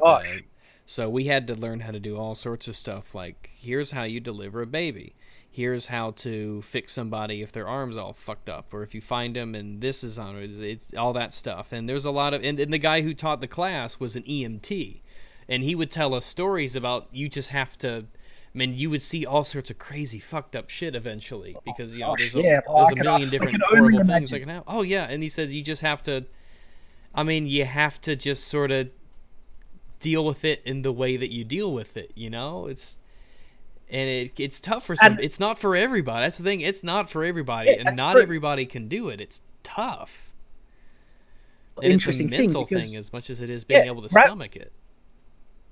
Violence and injury can affect you quite emotionally a lot as well. And so I wonder how much help playing violent video games can actually help you handle violence in real life. If you get, that's why they did the medieval hunt, to get the kids used to the sight of blood and stuff like that. I'm curious too how much it helps. Don't believe that, you know, playing violent video games or anything like that does not create violent tendencies in people. That's a load of bull. Yeah, a load of bull. Yeah, that's absolute garbage. But what it can do is it can desensitize that emotional shock and impact that can lock you up and make you unable to act when you're suddenly faced with some real intense stuff. And then this can then play into male emotional health, because guys, it's always thrown to the guys to act in situations of violence and intensity and stuff like that, because it's just expected for guys to be more emotionally resilient. And I'm not fully convinced guys are more emotionally resilient to trauma or anything like that. Guys can be pretty sensitive stuff, but the way we deal with it is different. We usually internalize our emotions and try and deal with them. I think we're kind of societally almost expected for us to do that too. I think there is some truth to the idea that it's not necessarily healthy for us to be telling males that they aren't allowed to show emotion, or that they're not allowed to, or that it's emasculine for us to to be emotional. I think letting stuff, because eventually it's like a lot of things. If you pin it up, it's just gonna eventually it could turn out bad if you don't give it a good outlet. If you just don't let the lid off and let it out. And I think video games are one of the ways that you're right. I mean, that's how we do it. That's how we let out that aggression. And it's important because I actually feel that like there's a reason why so many guys like video games for these very reasons. This is actually important for male emotional health, and it really does. Like, absolutely, when I am stressed, I need to play a video game. That's what Dota does for me. Yeah, it really lets it out. It's crazy how much it's kind of strange just sitting in a chair, moving your wrists, and looking at a screen. How much pent-up energy and angst just that with such little actual physical movement can do. It's in your head so much. So, like, far from attacking video games as a negative influence on society, I was like, no, it's actually quite the opposite. Like, video games are serving some very important, roles in, not just for guys. I'm sure, girls can find value in this as well, but I'm a guy, so I can reflect on how it helps me in life. Mm-hmm. And yeah, like, video games are awesome.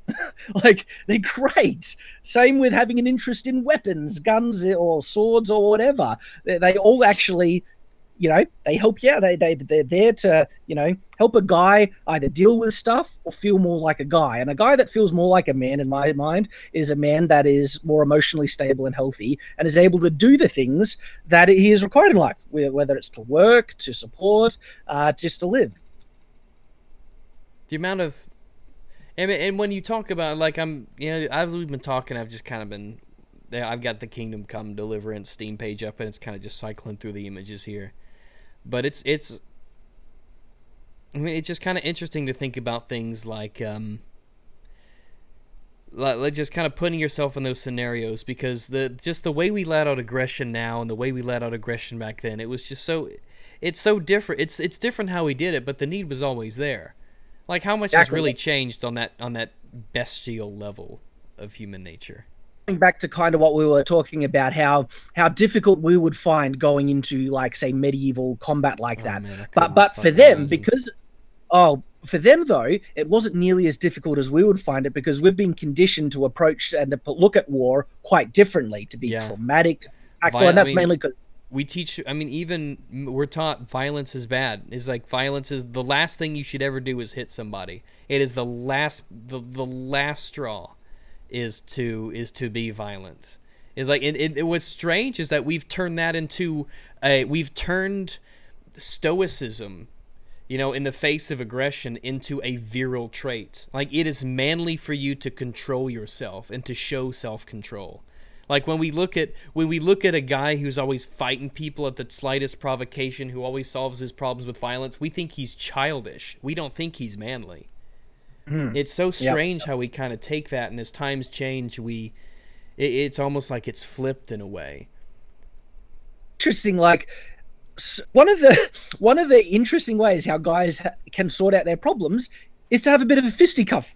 Like I had a guy in school that I had issue with him all through, high school. He teased me, and I was really getting my thing, to the point where things kind of snapped, and we got into a bit of a bash on. And after it, we were great. Yeah, men can do that. Yeah, absolutely. I went to a private school here in Arkansas, Catholic school for boys, and it's one of those kind of old school places. And I'm glad I went. I'm absolutely glad I went. It was really actually a good place to go.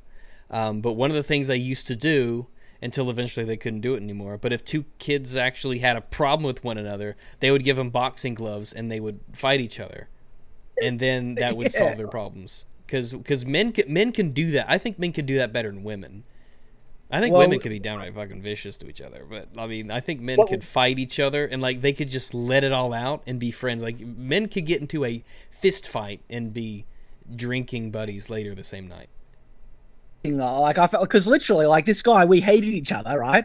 We had this bash on, and then afterwards we were like, oh yeah, hey, like, I don't know if it built camaraderie between us, or it just built respect that we, like, yes, this guy can hold his own and stuff. I think it's a mutual respect that probably comes from, is like, that guy he's just like me. Like, that's a similarity we have. Like, we have, we both have a spine, and you can admire that about somebody else.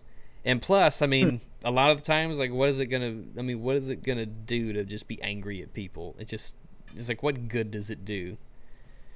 And this is interesting, because men are more naturally inclined to violence. So, like if we're frustrated and stuff like that, we are more inclined to punch a wall than, say, women would be inclined to work out their frustrations.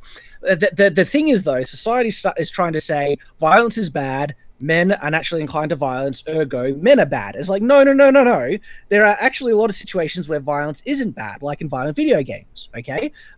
Punching a wall is a much better solution than punching someone, right? Yeah, absolutely. And aggression isn't necessarily bad at all. You're aggression absolutely right. Is very often channeled to a very positive end.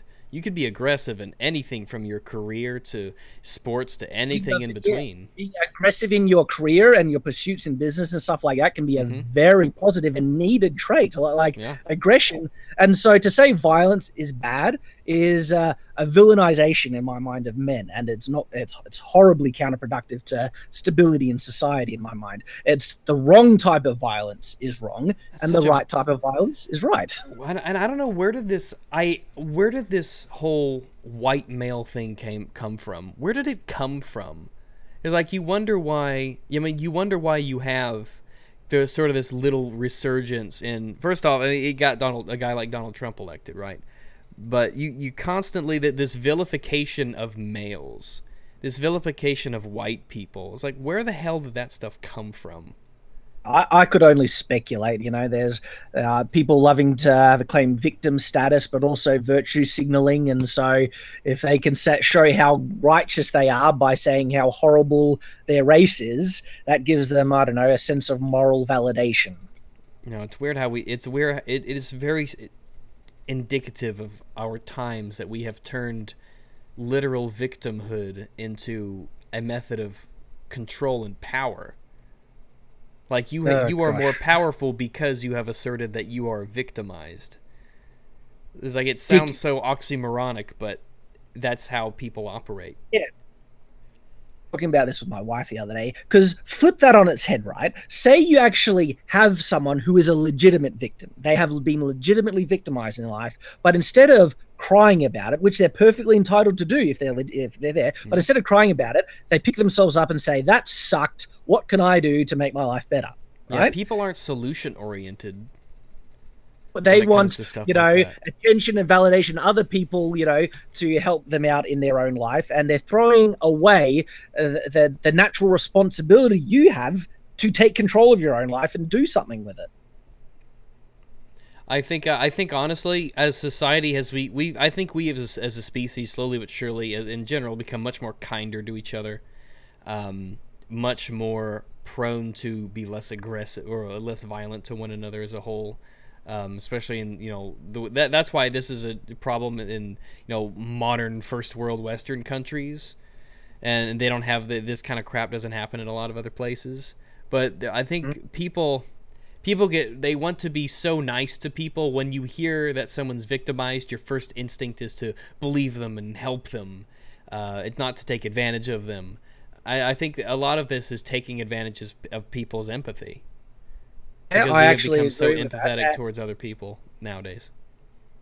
So, and this is interesting because I believe in human decency and kindness to a Oh very yeah. strong degree. But as soon as someone expects me to change my standards based on their feelings, well, then their feelings can go to hell. That's the line that people need to draw.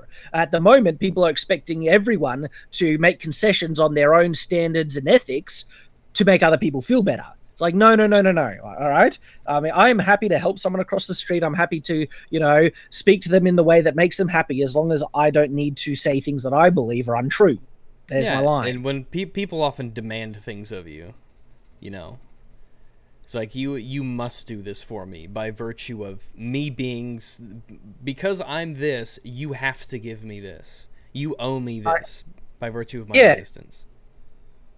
to trying to fix yourself instead of worrying about other people. Like focus on yourself. Make yourself a better person, Yeah. right? First, before you start to try and make other people better people according to how you feel they should behave. But no, all right. Because if you do that, if everyone was to focus internally on making themselves better, guess what? Everyone would be better. But as soon as you start focusing on other people being better and not on yourself, you remain being a despicable jerk, and you just start, taking away the freedoms of other people. And when, I mean, it's strange because history isn't, because like you said, it's more than just technology and politics that change. It's, how human beings behave and how they form groups and how they, no, I guess politics is part of it, but it's not just the history of technology, really.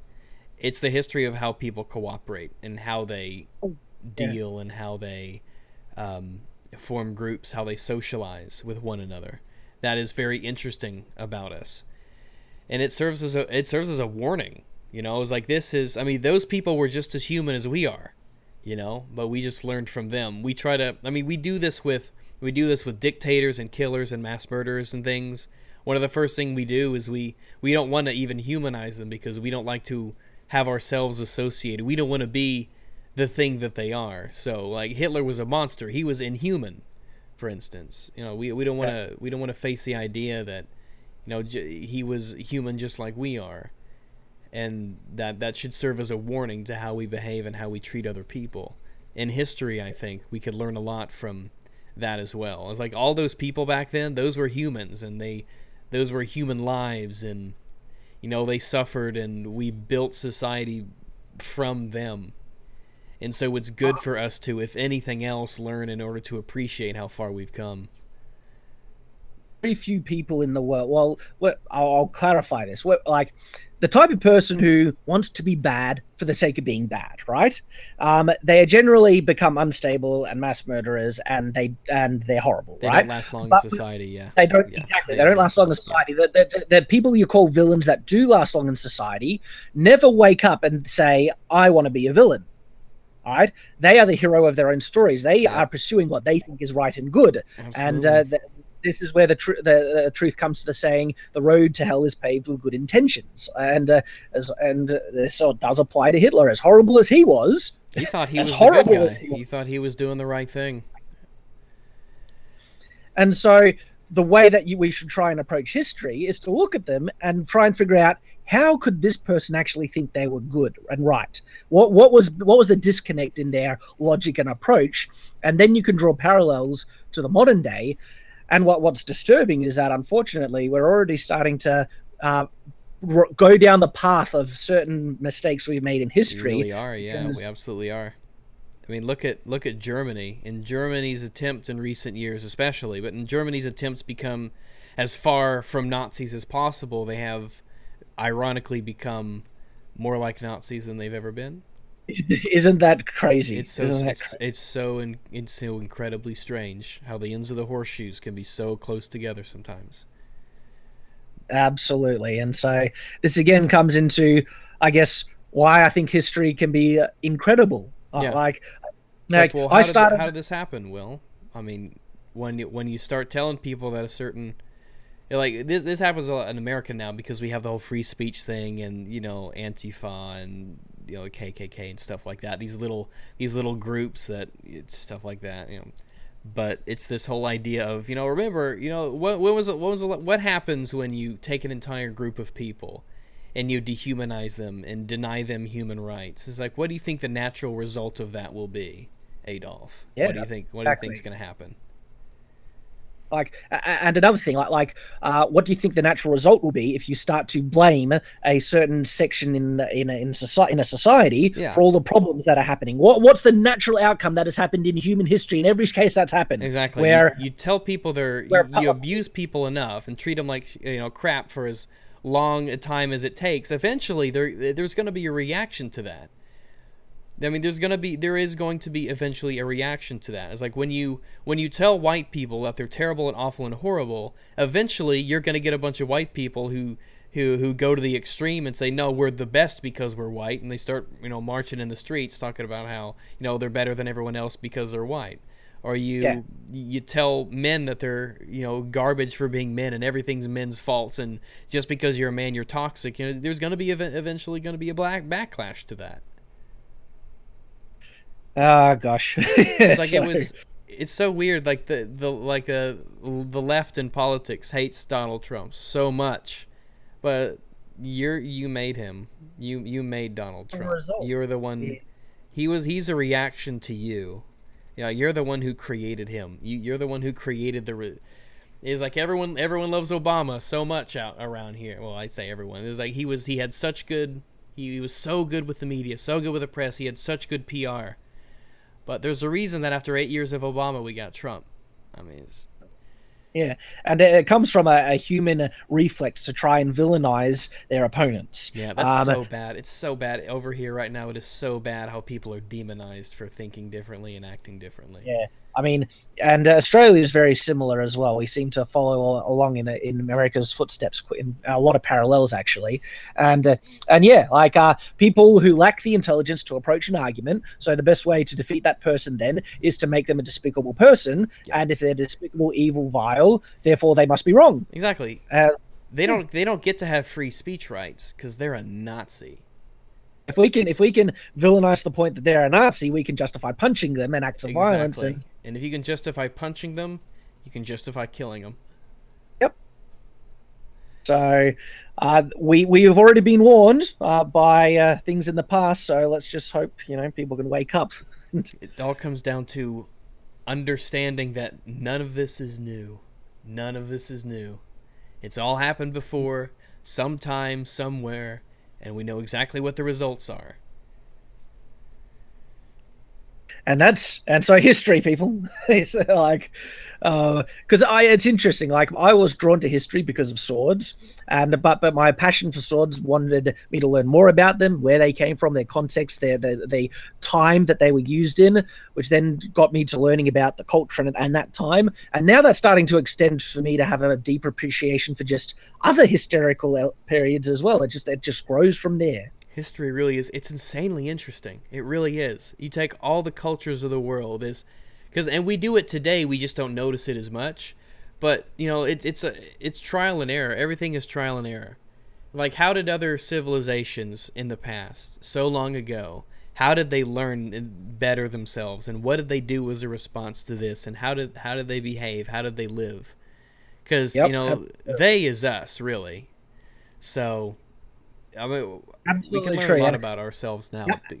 And how did they fall? Like, is a very significant topic. Like, what caused political unrest? What caused uprisings? What caused, you know, the overthrow of the you know, governments and stuff like that? What caused empires to fall? Important stuff to understand.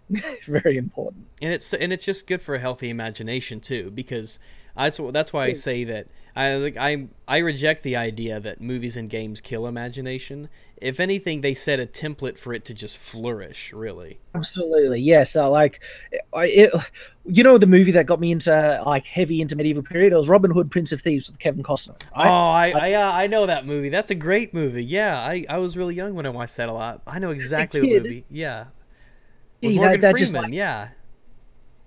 I went nuts for that movie, and so as a result, I was playing with bows and arrows and swords and everything like that. And that movie served as a very powerful catalyst. Yeah.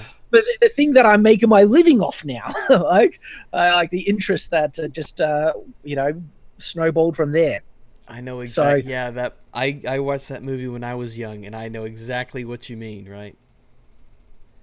That one, yeah, I grew up on like Indiana Jones movies. I watched those a lot when I was a kid. Like Robin Hood, stuff like that. But yeah, that helps a lot. Yeah. Oh yeah, and yeah, so ages since I've seen that movie. People say, yeah.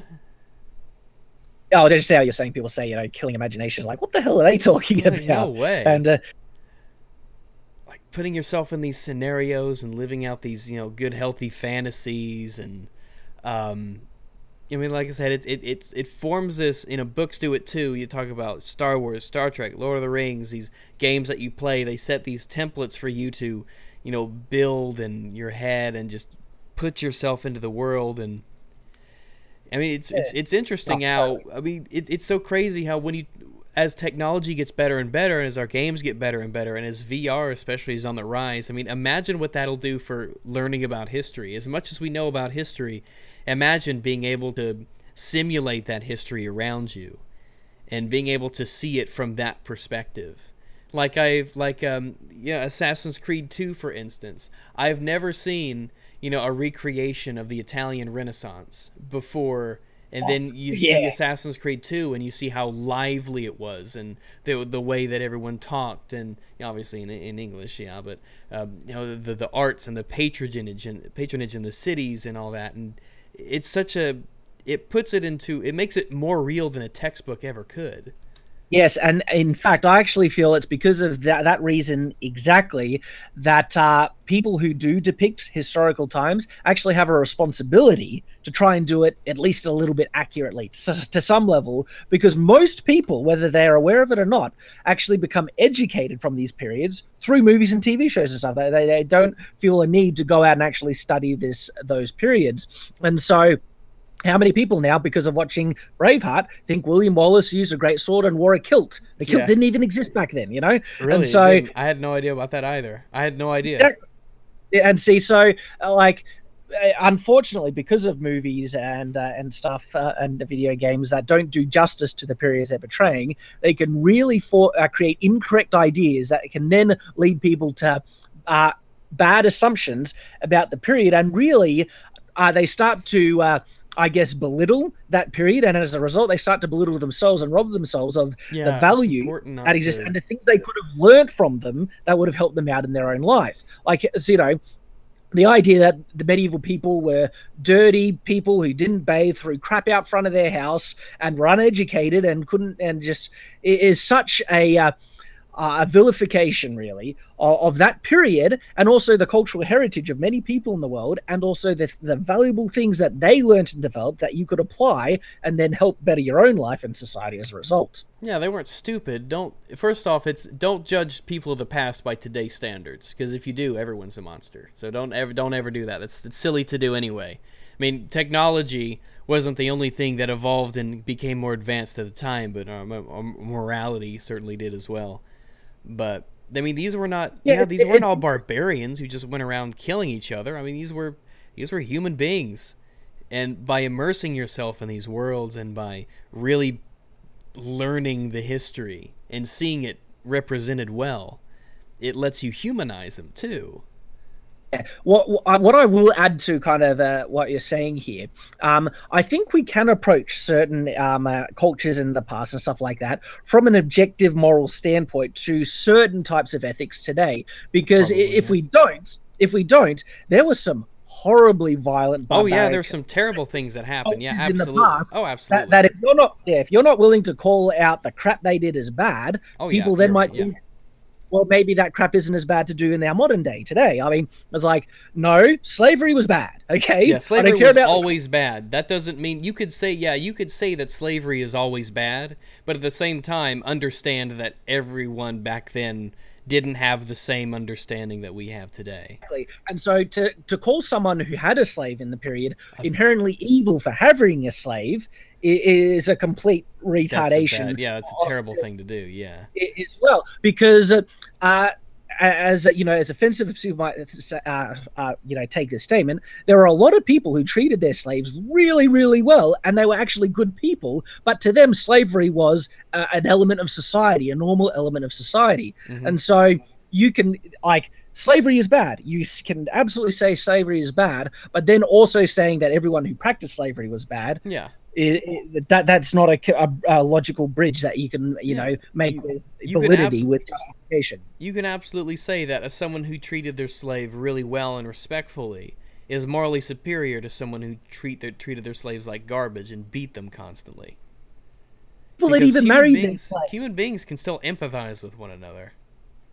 People even married their slaves, and then they ended up not being slaves, being the head of the house with their spouse, who then had slaves as well. Because remember, slavery is not necessarily racially based. And for a lot of history, it wasn't. It's like, you're a slave because we beat you in battle. And it's hard to believe, but, Sargon pointed this out, actually, once. He said slavery was actually, at one point, slavery was a moral development. It was a moral improvement. Because we didn't always have slavery. There was a point in time where you just killed people. And as horrible as slavery is, it's a step up from just slaughtering them where they were to let them live in slavery. It's such a crazy thing to think about for us now, though. Yeah, exactly. And I also feel credit absolutely needs to be given to one of the only cultures that of their own volition saw that really good. We should kind of stop this. This wasn't an uprising from the slaves that overthrew the ruling class. This was a culture that was developing morally and saw, let's try and better ourselves. You know, it was the British. The British got rid of slavery, and I mean, the slavery exists today. Like, there are places where slavery is a thing. Yeah. So if you want to continue to vilify, the white colonial British or whatever, when they were the ones who voluntarily gave up slavery, the moral development it takes to do that really is astounding. What's interesting, Australia to try and abandon Australia Day, and they want to rename it Invasion Day, and gee, that's starting to really pee me off, annoy me. But now look, killing people is bad, okay? Yes. And going into a native population and wiping them out is a horrendously bad thing, okay? But if people cannot acknowledge something about this, they are finding themselves into being moral hypocrites in my mind, because they want to say, it was a horrible thing that Britain colonized Australia, and I'm here thinking, okay, there's a couple of facts you're missing here. Every large empire throughout history it had expansionist efforts. Okay, and so if Britain wasn't the one to colonize Australia, it was going to be someone else. Do you really wish that a different culture invaded? Did you want to be invaded by the Japanese? I mean, Yeah. do you really want that to happen? Or the Japanese, or War the like II. the Persians or the Assyrians or something like that, you know? In all honesty, I thank God, right, that it was the British that ended up colonizing Australia, the Yeah. only culture in the world that chose to give up slavery and adopt so many, advances that have helped society become into this. Because remember how I was saying before Yeah. that our living state today is heaven, if you were to compare it to the living state. This is so much in thanks to colonialism. Oh yeah. I mean, you could shit all over it as much as you want, but I mean, Yeah. when you look at the results of what happened, look at these places before the British. Look at what India was like before the British came in. I mean, he's just So, look, if you were to look at every other expansionist effort by any empire before, whether it was the Middle Easterns, Persians, Romans, and everything like that, and how they treated conquered people, sometimes there were things that they did that were not too bad, like letting them practice their own religion, stuff like that. Sometimes they killed them because they practiced a different religion. But then, like, so many times they were treated as second-class citizens, and they brought in their practices. Slavery was all, around in all these other cultures and stuff like that. And so if Britain didn't win the worldwide expansion effort and it was a different culture, say it was the Aztecs or someone like that, life would suck.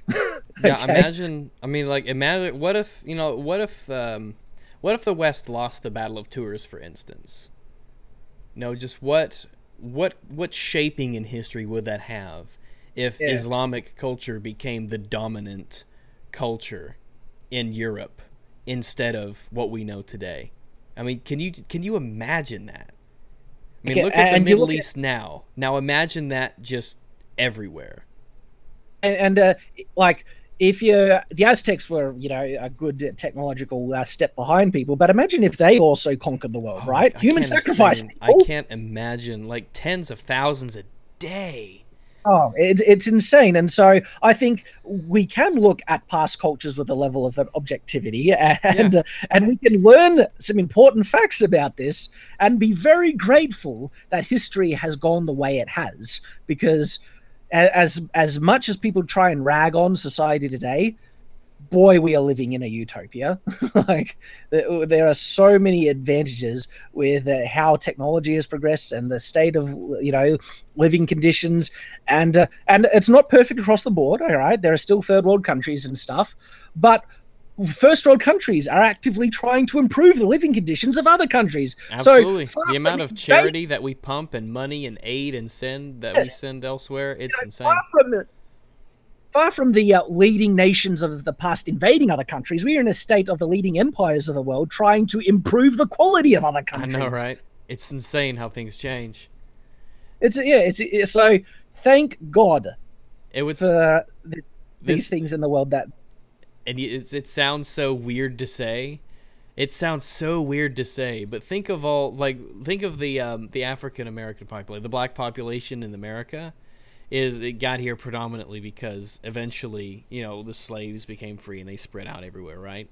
I mean, when you think about it, it's kind of worked out to your benefit that your ancestors were enslaved, as weird as it sounds. Because look at where you are now as a result, and look at where you could be. Because it's going back to what we were saying before. We are not saying that slavery is good. Slavery is horrible. Slavery is terrible and horrible and awful, but it created, as a result, a lot of good things happened as a coincidental result of it. I think, it's an interesting matter. Should be made, It's so weird to think about, though. And it's just a matter of learning about history and looking at things a bit objectively and actually trying to weigh up the pros and cons. Because, yes, a nation invading another nation is bad, all right? All nations did it. So we should be pretty grateful that the nation here that ended up just laying the foundation for so much freedom that we have in society. Yeah, it's a very interesting way to think of it in my mind. So, I mean, when you have, Rags justifying slavery in the chat is like, sure, yeah. Think of like the Native American population of North America. It's terrible how many died. It really is. It's awful. It's terrible the genocide that occurred when, you know, smallpox and diseases and, you know, the encroachment of the Europeans into. I mean, yeah, it's terrible stuff that happened, and here we are. And the other thing, like trying to say that, having a desire to change history, right? There are some horrible, not only tragedies but atrocities that have happened in history. Absolutely. Which are horrible. Okay. The thing is, though, change history is also an extension to that, saying you wish you weren't born, because you are here as a direct result of what has happened in the past. Like, exactly. To create the situation where your mummy met your daddy and stuff like that is a direct result. Look at the influence that, you know, the United States and Mexico, Canada, especially the United States, has become, you know, a global superpower. It has spread everything that it does. And just look at the influence that the United States of America has had. But in order for it to get where it was, unfortunately, terrible things had to happen. It's just like every other country, and it's definitely not exclusive to the U.S. either. But it's interesting to at the same time say that it's terrible what happened to like the native population. To go back and say in a strange way, on a global scale, a lot of positive things happened because of it. It's so strange, that duality of terrible things happening and leading it to the results it did. Matter of being grateful for all the good things that exist in the world, and there are so many other ways in which history could have played out where we would not have these good things: freedom, democracy, medical technology, health, comfort in our lives, and stuff like that. And you're right, and there are places in the world who don't have those things that we can look at and tell ourselves. Yeah, it is a tragedy, but I mean, but this is why I give to charity. I actively do. You know, if there is a situation where you can make even a part of the world into a really prosperous state, you put that part of the world in a state that can help out the other parts of the world. And if there was a different situation where no part of the world was able to be prosperous, guess what? No one gets better. Exactly. Like, this is why it's going off another tangent, just the attack on the rich and stuff like that. Like, no, it's actually very beneficial to society that the rich exist, because if there will always be rich anyway. There will always be the haves and the have-nots. It'll always be like that. That's human nature. But you can either, like the mentality of rich to make everyone middle instead of poor to middle. Is counterproductive. Why don't you want to make the rich richer and the poor rich as well? Make everyone rich. Oh yeah, and that's a better outcome in my mind. That's what's been happening. Is like everyone's getting richer. Who cares how rich the richest people are? Everyone's getting richer. I mean, the bar is consistently getting higher and higher. It's like, let the rich be as rich as they want. It's fine if they're not hurting anybody or breaking any laws. Let them make all the money and have all the cars that they want. It's like I don't care. It's none of my business. All right, as long as they follow the laws, it's fine. Don't try to bring the top ones down. Try to lift the bottom ones up. No, see that's destructive overall for society. I mean, and you can't build yourself up by tearing someone else down. Exactly. Try and build yourself up. The only way to be equal is for everyone to be miserable. That's the only way to get true equality, and we saw how that turned out. And then but unfortunately, I'm starting to run out of time, mate. I gotcha. Hey, this was a really, really good chat. I'm gonna do I need to do super chats here in a moment. A lot has happened. I just wanted to focus on the talk and everything, so I'll run through the super chats and stuff. But this was a really good talk. I really liked talking about, you know, history and games and, you know, just really kind of everything else that we sort of trailed off into. Been a great discussion. I really enjoyed it. Do you ever do live streams much, or you just kind of talk about? It's something that I want to get in. Yeah, something I actually do want to get into it, to be able to do live Q&As with my subscribers and things like that. So I've already been trying to set up things where I can do that from my studio and stuff. So definitely, it hasn't been something. It might be worth it to have a second channel devoted to that, because once I get the streaming upgrade done, then I'm gonna do a lot of that stuff on my second channel. So Gotcha. I don't know, just whatever you think would be good. But yeah, I think it's a good way to talk to your audience a lot, interact with chat when you can, of course. Because doing things live and doing things scripted, it's just such a different beast. It really is. It's interesting. Because you do it and it's done. There's no a later editing meeting and other things like that. And so I can certainly, it's something that I want to sort out for the future. It's a 20-minute video to the viewer. It ain't a 20-minute video for the person making the video. No.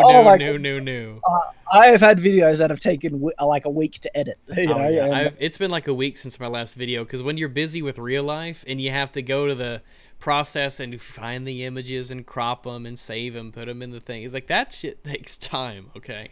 And not your first take is not gonna be the one that you always use in the no. Yeah. So and it is weird. Yeah, it's just a different perspective. A lot of people just won't know it until they do it, but that's all right. Yep. Man, it was great to have you on, and I will catch you later. I got a link to your channel down below. So you guys, we got up to about 700. We got up to about 700 or so people, which is pretty good for an impromptu stream at this time of day. So. Awesome. That's pretty awesome. So you guys check out his channel. He's really, really good. Just Shadiversity here, and I'll catch you guys later. So thanks for coming. Catch you around. No. We're not stopped. I have to do a fucking super chats. I was so involved.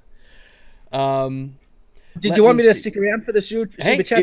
If you want to, yeah. Absolutely. So because some of these might be questions for you as they've been scrolling by. Dalmatian Black, $2. I guess I'll start off the donations on the stream. Thanks so much, Dalmatian. Nemesis, $10. Hey, Rags, hello from Houston in the thick of Hurricane Harvey. Shit, you're in Houston right now because we got the hurricane down there and it's getting poured on. I don't know if you've been paying attention to this hurricane that's hitting Texas over here, but it's been pretty crazy. They're getting it's floods. It's crazy to listen to on the news. Just to see the water and the rescues and boats down the roads and things like that. But Nemesis, thanks for the $10. But I hope you're doing okay. Don't stick around if you don't have to. They said more rain would be on the way. It's about to get up here, and we're about to get some rain up here in Arkansas. Flippant Solutions, $2. Play Destiny 2 tomorrow, you fur fag. That's actually my intention. That is my intention to play Destiny 2 because the open beta's out tomorrow. So I will give that a try. The Fireborn 364. Rags, will you do a thoughts on Dishonored 2? I might do that because it's a good game. I really like Dishonored 2. I really do like Dishonored 2. That's a good game. The studio that does it, Arcane Studios, they made Prey as well, and that's another really good game. It's one of those open-ended sort of stealthy games where you have multiple solutions and pathways, and they do a good job at it. Dishonored 2 especially has a really cool world that's a steampunky Victorian kind of industrial revolution sort of look to it that's really interesting. Gilly, $5. The Penetrator from Saints Row was the best melee weapon of all time. Felt like something I would use. I assume I know what that is. It seems to imply something, doesn't it? The Penetrator is, it's about what you expect it to be. Yeah, you are exactly right. The thing that first came to your head, it's that. So thanks for the $5, Gilly. And we will play Dark Souls later. Don't worry about it. Dalmatian Black, $2 more. Being good in Dirty Bomb is being good at proxy mines. There's some truth to that. Mr. LMG, who also, during the stream, Mr. LMG bought me Dragon's Dogma, actually. And Mr. LMG has been really, really nice to me. He's given me a lot of games in the past and donated a lot of money. So Mr. LMG he's a super fan. He is going to end up stabbing me in my house and wearing my ear on a keychain at one point, I think. But thanks very much, Mr. LMG. A50, I think, is that Australian $50. Love this history class. Yeah, it is. It did turn into a good little history class. We talked about games and history. Because I don't really get into that on my channel. I don't really talk much about history, but I have a really big interest in it. So it's good to be able to talk about stuff like that. That's another thing that streams are good for. Kind of branching off of what you normally talk about, because Oh everyone yeah, has more than one interest. So yeah, we don't have to talk about video games and social justice, you know. yeah, the two things that don't often come up on my channel. Video games more so, but yeah. Let's see, Pyrrhus, $10. This is so awesome. Here's $10. Well, gee, thanks. That was awesome. Absolutely. Maybe we'll do more. Maybe we'll do more on his channel. I don't know. It'd be really good to kind of talk about stuff. And if stuff is ever topical, that's what's also good about live streams. You can do them quick. So if something topical ever happens, you could just boom, do a live stream about it. Really. Bugsy KWT, $5. I love your videos, Rags. I switched to the PC because of you and Bullet Berry. I am enjoying the stream, and I'm going to check out Shadiversity. Yeah, boy. Yeah, guys, check out Shadiversity. Absolutely. If you like guys like Scalagrim and Lindy Beige and stuff like that, you'll probably really like Shadiversity. He has a very good voice to listen to. You don't sound Australian, by the way. Oh, don't I? I take that as a compliment, actually, because the Australian accent is horrendous. I admit that. So? I'm Australian, and I'll admit that. Oh, look, we say water. Water. Go get our water. Water. Vegemite. Vegemite. Well, how come you don't have the accent like everyone else does?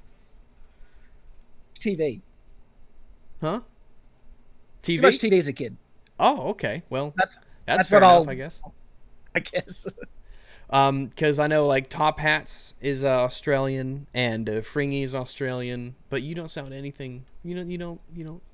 Yeah, I have a really muddled accent. People have a lot of trouble picking it because it's not exactly British. It's a little British, not exactly British. There's a little New Zealand, exactly New Zealand, Canadian. And people have no idea. I had no idea you were from Australia until you mentioned it, and I'm like, oh, okay. Well, maybe he's just visiting. Who do you think I was from? I didn't even hazard a guess. Honestly, I didn't even try to guess. I didn't know where the hell you were from. You could have been from Mars for all I know. Let's see. Exploration Station, $2 Australian. SJWs would be pissed off at this logic. Yeah, he said that when we were talking about history and slavery and colonization. And they would. They would get super pissed off at it, and I understand why. It's because people conflate, like talking about slavery and talking about colonization and stuff like that. People conflate saying that really good things happened as a result for everybody because of those horrible things that happened in the past. Some people just, they can't separate the good and the bad, and so they try to conflate it and put it all together. But it's important to make that distinction. Sometimes terrible things can lead to good things, and that's just how it is. You just got to be objective about history and facts and stuff. Yeah, there's a level of pragmatism you have to take when you talk about this is what happened, and this is what happened as a result of what happened before that. Sometimes bad things create good things, and sometimes good things create bad things. That's just, I mean, hindsight's always in 2020, and that is a luxury that we have when we look at history that they did not have while making history. Let's see. Aldito Hernandez, $2. Damn, Shad, I didn't know you were so woke. So I've not fully come to understand what woke means in common language. What woke is a word that I think it came from social justice warriors.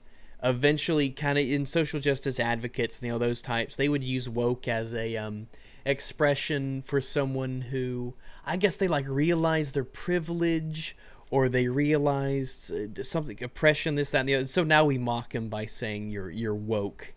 We kind of stole that word from him, I think. So so I'm sarcastically woke. Oh, you're so woke. You are so woke. We definitely use it sarcastically. They don't like that. Suzaku 455, $2. Can you guys play Dota 2 on stream one day? Well, that will be tough because I don't play Dota 2. Nor do I think I ever will. So. I could give you the rounds, mate. I bet you could. I don't know anything about it. I got part way through the tutorial, and I'm like, this is like StarCraft, right? Trianus. I hope I'm not misspelling that. Trey on it. Traianus. I mean, it starts Trey and ends anus, so I'm gonna say Trianus. So Trianus 227. He gave 100 PEN. See, that's the thing. I don't know if you gave me a lot or just a little. Pin. What is? I don't know. I need to. Of course, when I type in pen, it's like, this is a thing you used to write with, you idiot. You didn't know what a pen was. I'm like, yes, Google, I understand what a pen is. Pen money. A Peruvian soul. A Peruvian soul. So are you from Peru? If so, that's very interesting. So that's interesting. So he gave me $31. Excellent. Thank you very much, man. Thank you very much. I was curious what PEN stood for, but it's Peruvian souls. He's asking, do you think with the current state of YouTube, creativity will be further stifled for most channels? I think absolutely. Have you had any problems with YouTube? I've uploaded a video an hour and a half before coming on the stream, and it was demonetized before I even published. Really? Which one was it? It's a reply to another historical YouTuber just saying, "Hey, you made a great video." That's the Knowledge Hub. And why? I have no idea why this was demonetized. It does have swords in the title. And I'm not joking. Like, it has swords in the title. It does. Like, gosh, I don't know. Try to YouTube. Next time you want to because the way that it works is like, if you have an image of a gun in the thumbnail, it'll demonetize it. If you have too much skin in the thumbnail, it'll demonetize it. Like, the bot that they use to find out what is and isn't advertiser friendly is insanely sensitive. And it's like, that's why there are tons of videos that get demonetized before they're even published, that get demonetized and there is nothing bad about them at all. I mean, there has been the pictures of people's faces and it picks it up a certain way and it demonetizes them. Yeah. Or it has the word gun in the title and so it's demonetized, and it's bad. It has gotten bad. YouTube is currently having a seizure, and it's either going to die from it or recover, and so we'll just have to wait and see. Because I'm on the side that it will eventually recover from it, because the backlash is getting huge. I mean, like, the backlash against YouTube, nobody's liking it. There is not a single person in favor of what's happening to YouTube, because, I mean, the people who cried for censorship, they got censored too. The people who cried for others to be demonetized, they're getting demonetized too. It's hitting everybody. And it is hitting all sorts of people. For just some people's entire library is getting demonetized, and it's. I do think it will get better. I think YouTube will eventually, because Google, ideological as they are, the bottom line and the image that they have is eventually gonna get to a point where it's more important. I hope I'm right, and if not, then somebody else will take up the reins. I don't know how long it'll take or if it'll happen, but that's what I hope it'll get the case is. I hope it'll get better. I've heard that the algorithm, the flagging algorithm that's demonetizing everything, it's supposed to be a learning algorithm. And so the more videos it gets demonetized, but then those videos that get approved based on human review, the algorithm is supposed to learn that, okay, these kind of things. The human reviews don't seem to be much better, and that's what's worrying a lot of people. Like, like a lot of times you'll get messages that that a video was confirmed by manual review to stay demonetized, and there's just nothing. I mean, the most innocuous and soft videos you could ever possibly imagine. And I haven't been hit by it at all yet, but now I know to be very careful with my titles and very careful with my thumbnails. Animals seem to be safe. That's the thing. I think what's saving me is the dog is what's saving me. An animal avatar. That's what people, if you're having troubles with YouTube monetization, pick an animal and just go with it. It's so easy for editing too. But Pepe is going to be my avatar. He won't get Pepe will be your avatar. That's right. Pyrrhus, $5, $5 more bucks. Yeah, thanks very much, Pyrrhus. Thanks very much. Suzaku 455. I'll pay $100 to play Dota 2 on stream one day against other players. You could do that now if you want. I mean, you could stream Dota 2 all day against other players if you want, and you don't have to pay $100 for that. Let's see, Daniel. Oh fuck! How come your last name is so fucked up? HYRCZYK. The only vowels in your name are Y's, my dude. You're gonna have to bear with me. Daniel, Hirzik or Hirzik? Correct me in chat, but I think I'm gonna go on Hirzik or Hirzik. Hirzik. Canadian $11.99. Love the stream, hoping for more in the future. Also loving Vermintide ever since you recommended it to me. Yeah, that is a good game. That's a pretty good medieval game if you're into Warhammer stuff. Vermintide's it's a pretty good melee game, actually. It's like Left 4 Dead, but with a melee focus in the Warhammer universe, so that's a good game.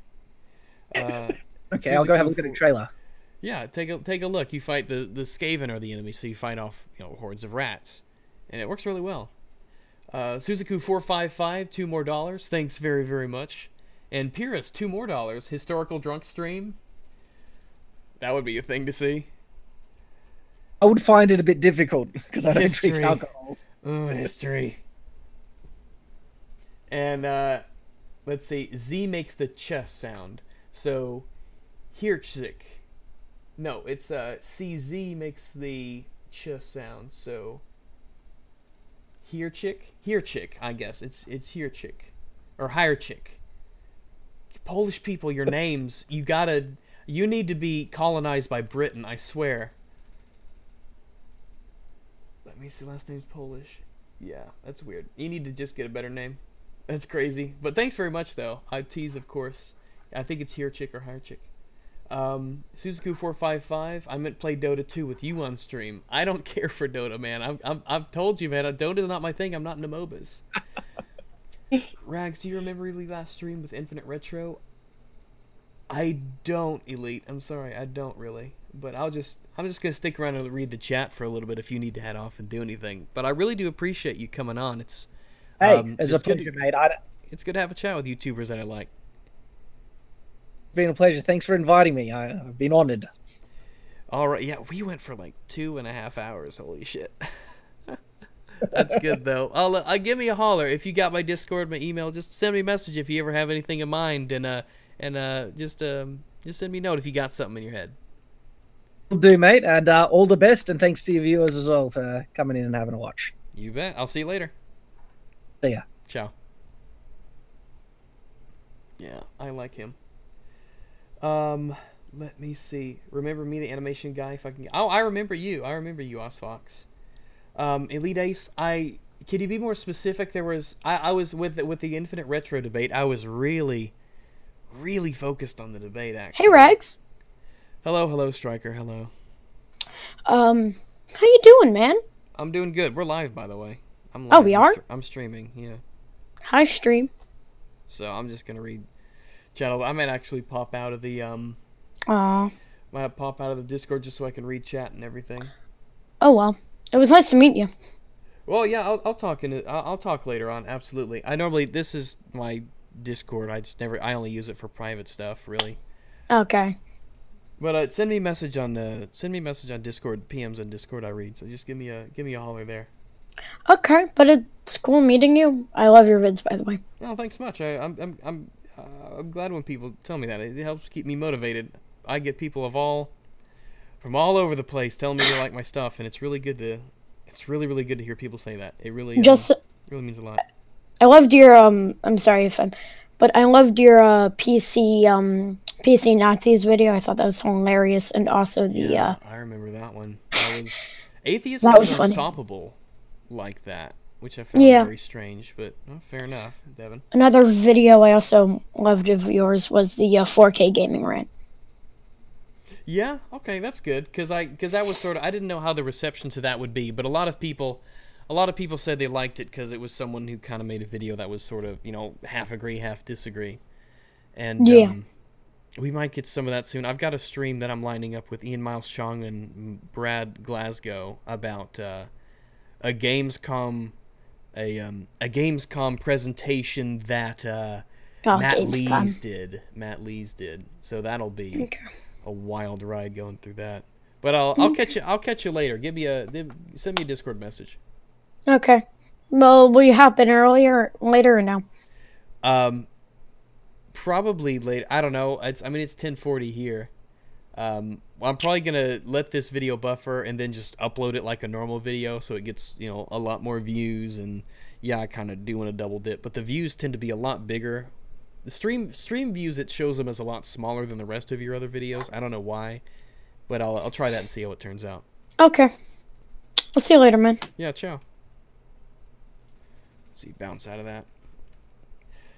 Let's see. You're lucky I want to fuck you, or I'd be pissed that I'm not in your Discord, Osfox. Actually, there are I'm in my own private. This is really just for me. There's very few people in this, and I honestly have not been in this Discord in weeks, so you're not missing out on much. I just use it for like private stuff, like streams and things like that. I have some Discords I hang out in, but there's no fan Discord. There's no. I'm pretty approachable on Twitter and other places, so I try to use that to balance out. Rad suspected head of child grooming ring. Last stream ago. Yeah, I know the stream. I was there. Yeah. Rex, what do you think about Middle-earth Shadow of War having microtransactions? I heard that they don't really impact the game, but I don't know the specifics, so I'll have to withhold judgment until I get more information on them. So I'd hate to comment on them without knowing too much, but microtransactions can be fine if they're done properly, of course. But man, we know publishers like to push them, and like I don't know how the microtransactions in Destiny 2 will be, and I intend to play the beta tomorrow and see how that game is, because I'm pretty interested in Destiny 2 actually, because I like cooperative shooters and looter shooters. I didn't know Rex had a Discord server. Yeah. Oh, hi Pumpkin. What's up? Puppergate. Rags, is there any console game that has wooed you recently? Honestly, no. Actually, let me see. If anything, it would because I can play all PS4 games through PS Now, as far as I know, or at least most of them, and of course, all the Xbox games are on PC too. So really, I mean, some Nintendo games interested me.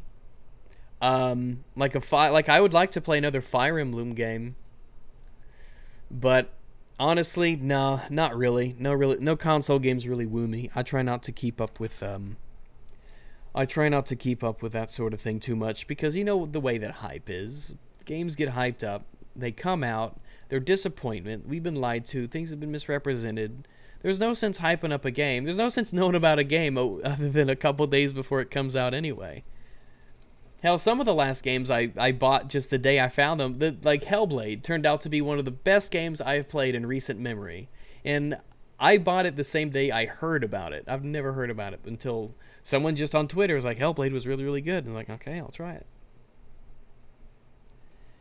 Let's see. Mr. LMG, 10 more Australian dongerinos. I would like to see play. Yeah, I got Observer. That's right. I did get Observer. Absolutely. I heard it was like Soma.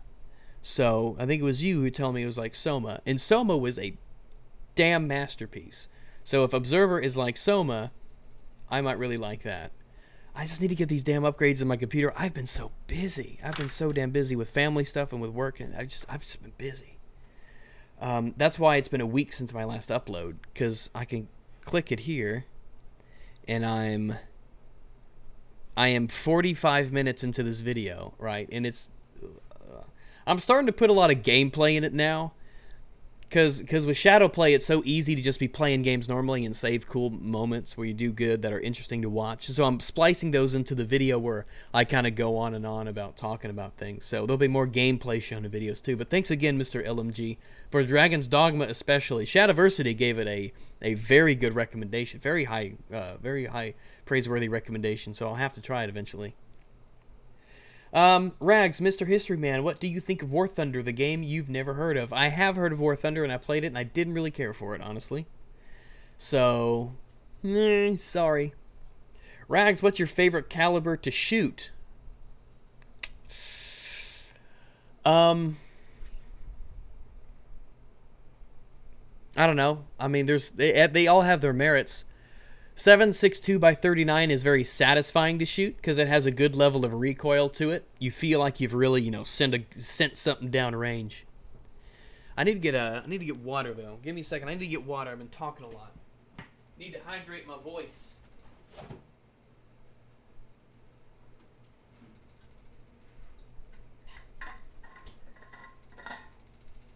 Tell you what, this 36 ounce Yeti can. This thermos here has been one of the best frickin' $40 or whatever I spent on it. Ugh. You see, I went hiking 2 days ago. Pinnacle Mountain here in Arkansas.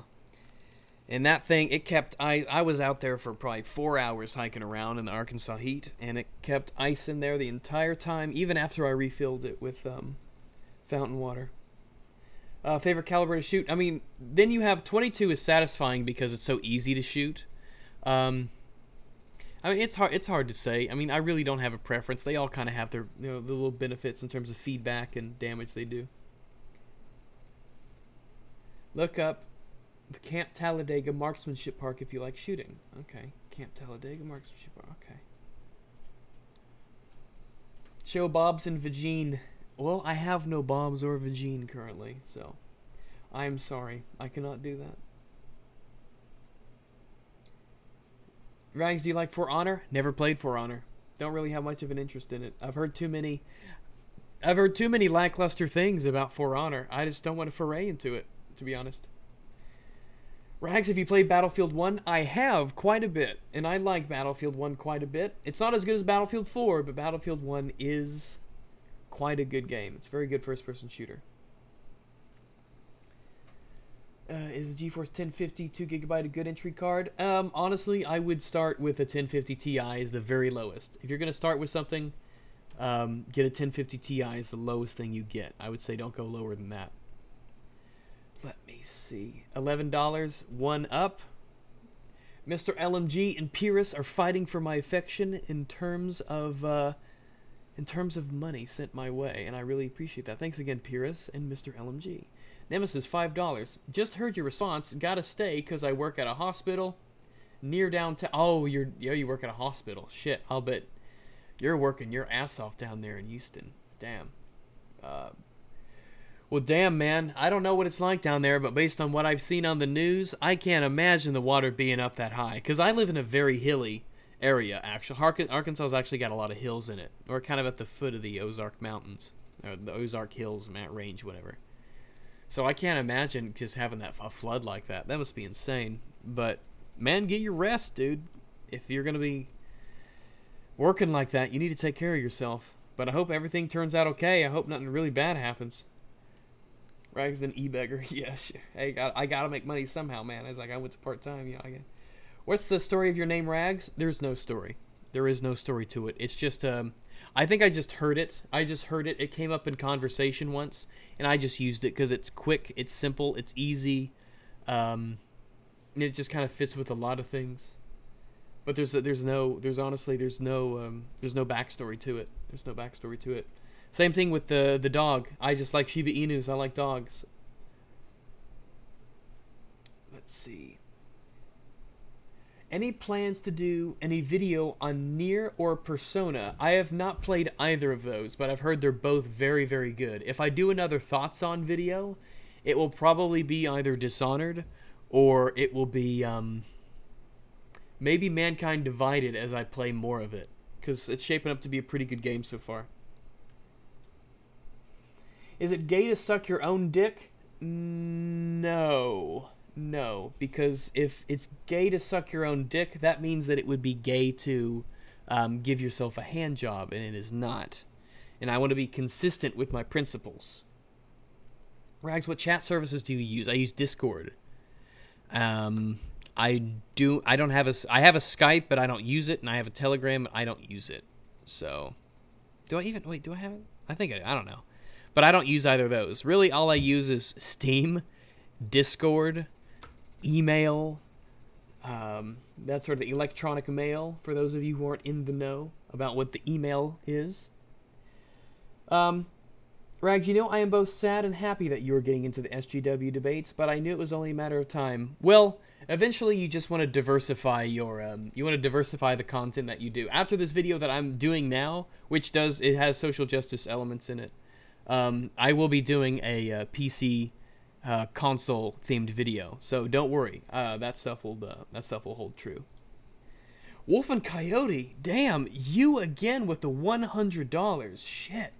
Thanks very much, Wolf, for $100. Thank you very, very much, man.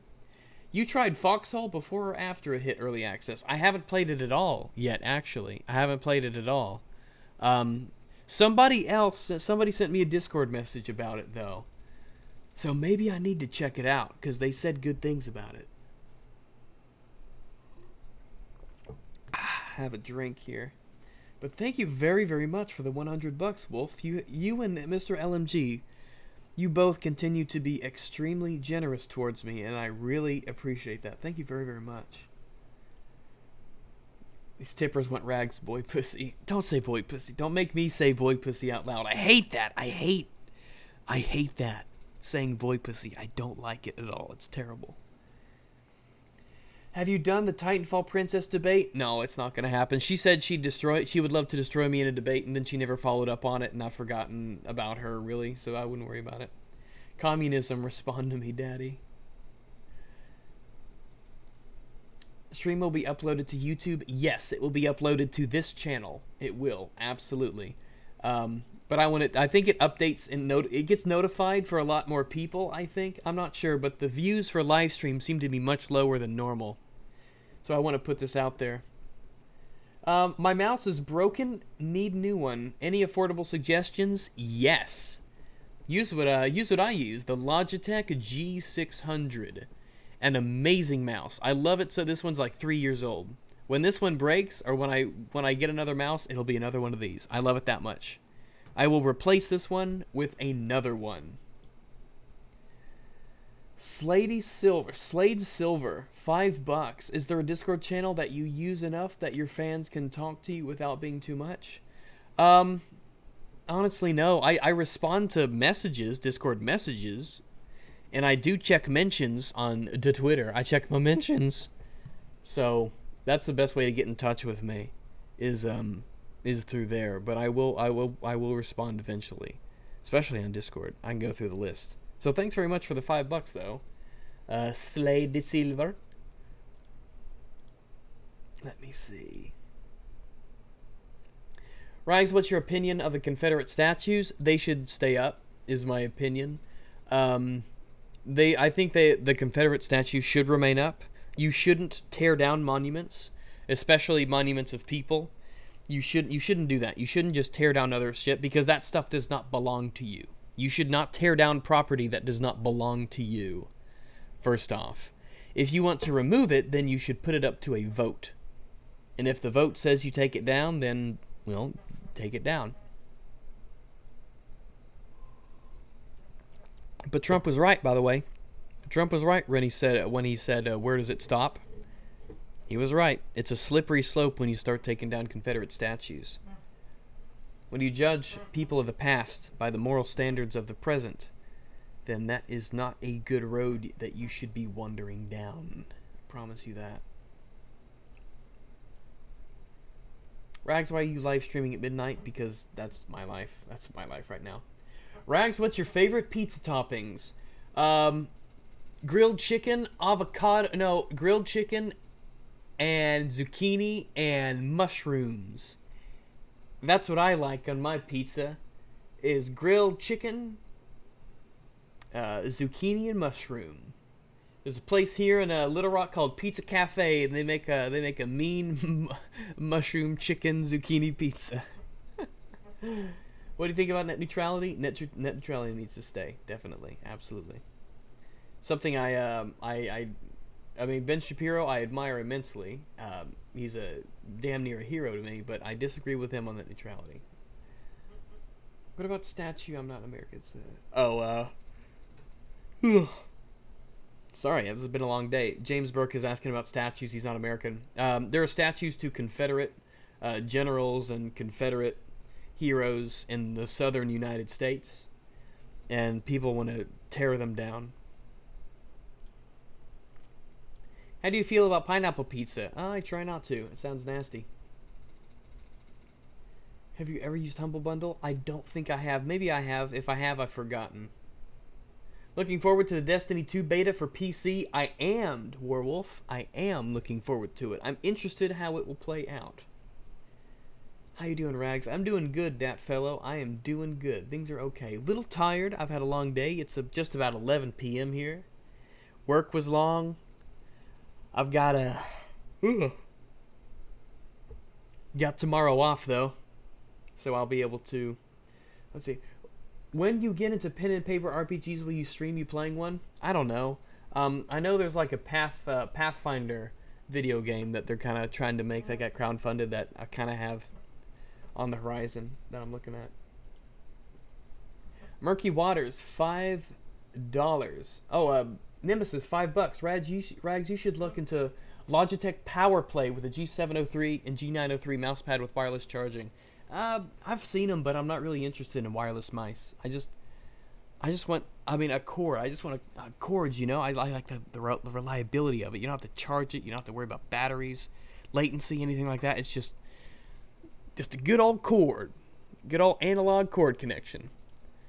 $5 from Murky Waters. Rags, they are trying to take down all the Confederate statues in my hometown, Augusta, Georgia. Well, they shouldn't. Because history is very, very important. Whether you like it or not, it happened. You should learn from it, not try to erase it. $20 from Wolf and Coyote again. Shit, man. Thanks for another $20. If you do try Foxhole, you should make a community event out of it. 140 player servers for the win. Also, your state needs a north-south freeway. It's hell for driving. Yeah, well, yeah. There's a way. There's a way. It's not big old freeways. Ours heads kind of northeast and southwest. I'm sorry, I'm yawning. It's just really late and I'm tired. It goes through Memphis, North Little Rock, and Texarkana. Let's see. Will you be playing Hell Let Loose when it's released? I've never heard of this game. Let me Google it. Hell Let Loose. World War II game? Oh, okay. 100 player World War II battles. Interesting. I'll keep that tab open and check it out. Do you think Destiny should be boycotted? No.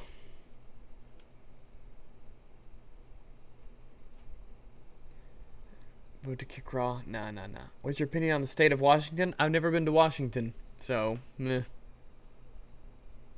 Man, with all these donations, why even pre-record and edit videos? Man, it's good to do these streams. It's good to do these streams, but those videos are kind of my bread and butter. It's what I enjoy doing for the most part. They can be a little long sometimes, a little tiring to make, but I do like them, and I think a lot of people, a lot of people like listening to them. It's obviously a huge part of it, you know. Tens of thousands of people really like to hear what I have to say about things, like to hear responses. Warframe or Destiny? Well, I guess we'll find out. Shit! Ugh! I'm yawning so much, too. Warframe or Destiny? I guess we will find out. Thoughts on Southeast Texas? I've never been to Southeast Texas. I've been to San Antonio. And I like San Antonio. I don't know. Is that in the Southeast? I don't know. I'm sorry. I don't know Texas that well. I'm about to head out. Let me see. Adam Patton, $5. Thanks for being a breath of fresh air in these volatile times, especially online. I know this is generic, but I always enjoy listening to you. $5. Thanks much for the $5, Adam. I appreciate that. Thanks very much. I just enjoy listening to you. Well, that's why I do it. I mean, that's honestly, it's why I do it. It's because people legitimately enjoy it. Being an entertainer of sorts, you get a lot of satisfaction in knowing that you're brightening up people's day and having them enjoy their time. Treskzilla, $5. Rags, I want as many people to experience this game as possible, so I will buy you a copy of Nier Automata if I have to. It's pretty amazing. I will definitely accept a copy if you send one my way, but I do have a lot on my to-play list right now. But thanks very much for the offer. I will definitely take you up on it if you want to send a copy my way. Thanks very much. Thanks very, very much, Tress. And Mr. LMG, 5 more dollarinos from him. Last donation from me. Thanks very much again, Mr. LMG. And thanks again for Dragon's Dogma. So I'm going to go ahead and call it there, guys. Thanks very much for you guys listening. It's really awesome to have Shadiversity on. I really like him. He's a great YouTuber. Great YouTuber. But I really, really, really appreciate that. Thanks very much, guys, for all the generosity you send my way. Helps me stay freaking part-time at my job. Some days I'm just busy and I get tired, and you can hear it in me. So bye, everybody. Thanks very much. Thanks very, very much. I appreciate that. You guys have an awesome night. I will have this posted later, and I will finish up on a video later, and then I'll have another stream with Ian Miles Chung and Brad Glasgow talking about Matt Lee's Gamescom presentation. So, thanks, guys. See you later. Ciao. Das Vidania and all that fantastic stuff. So, toodaloo. Thanks again.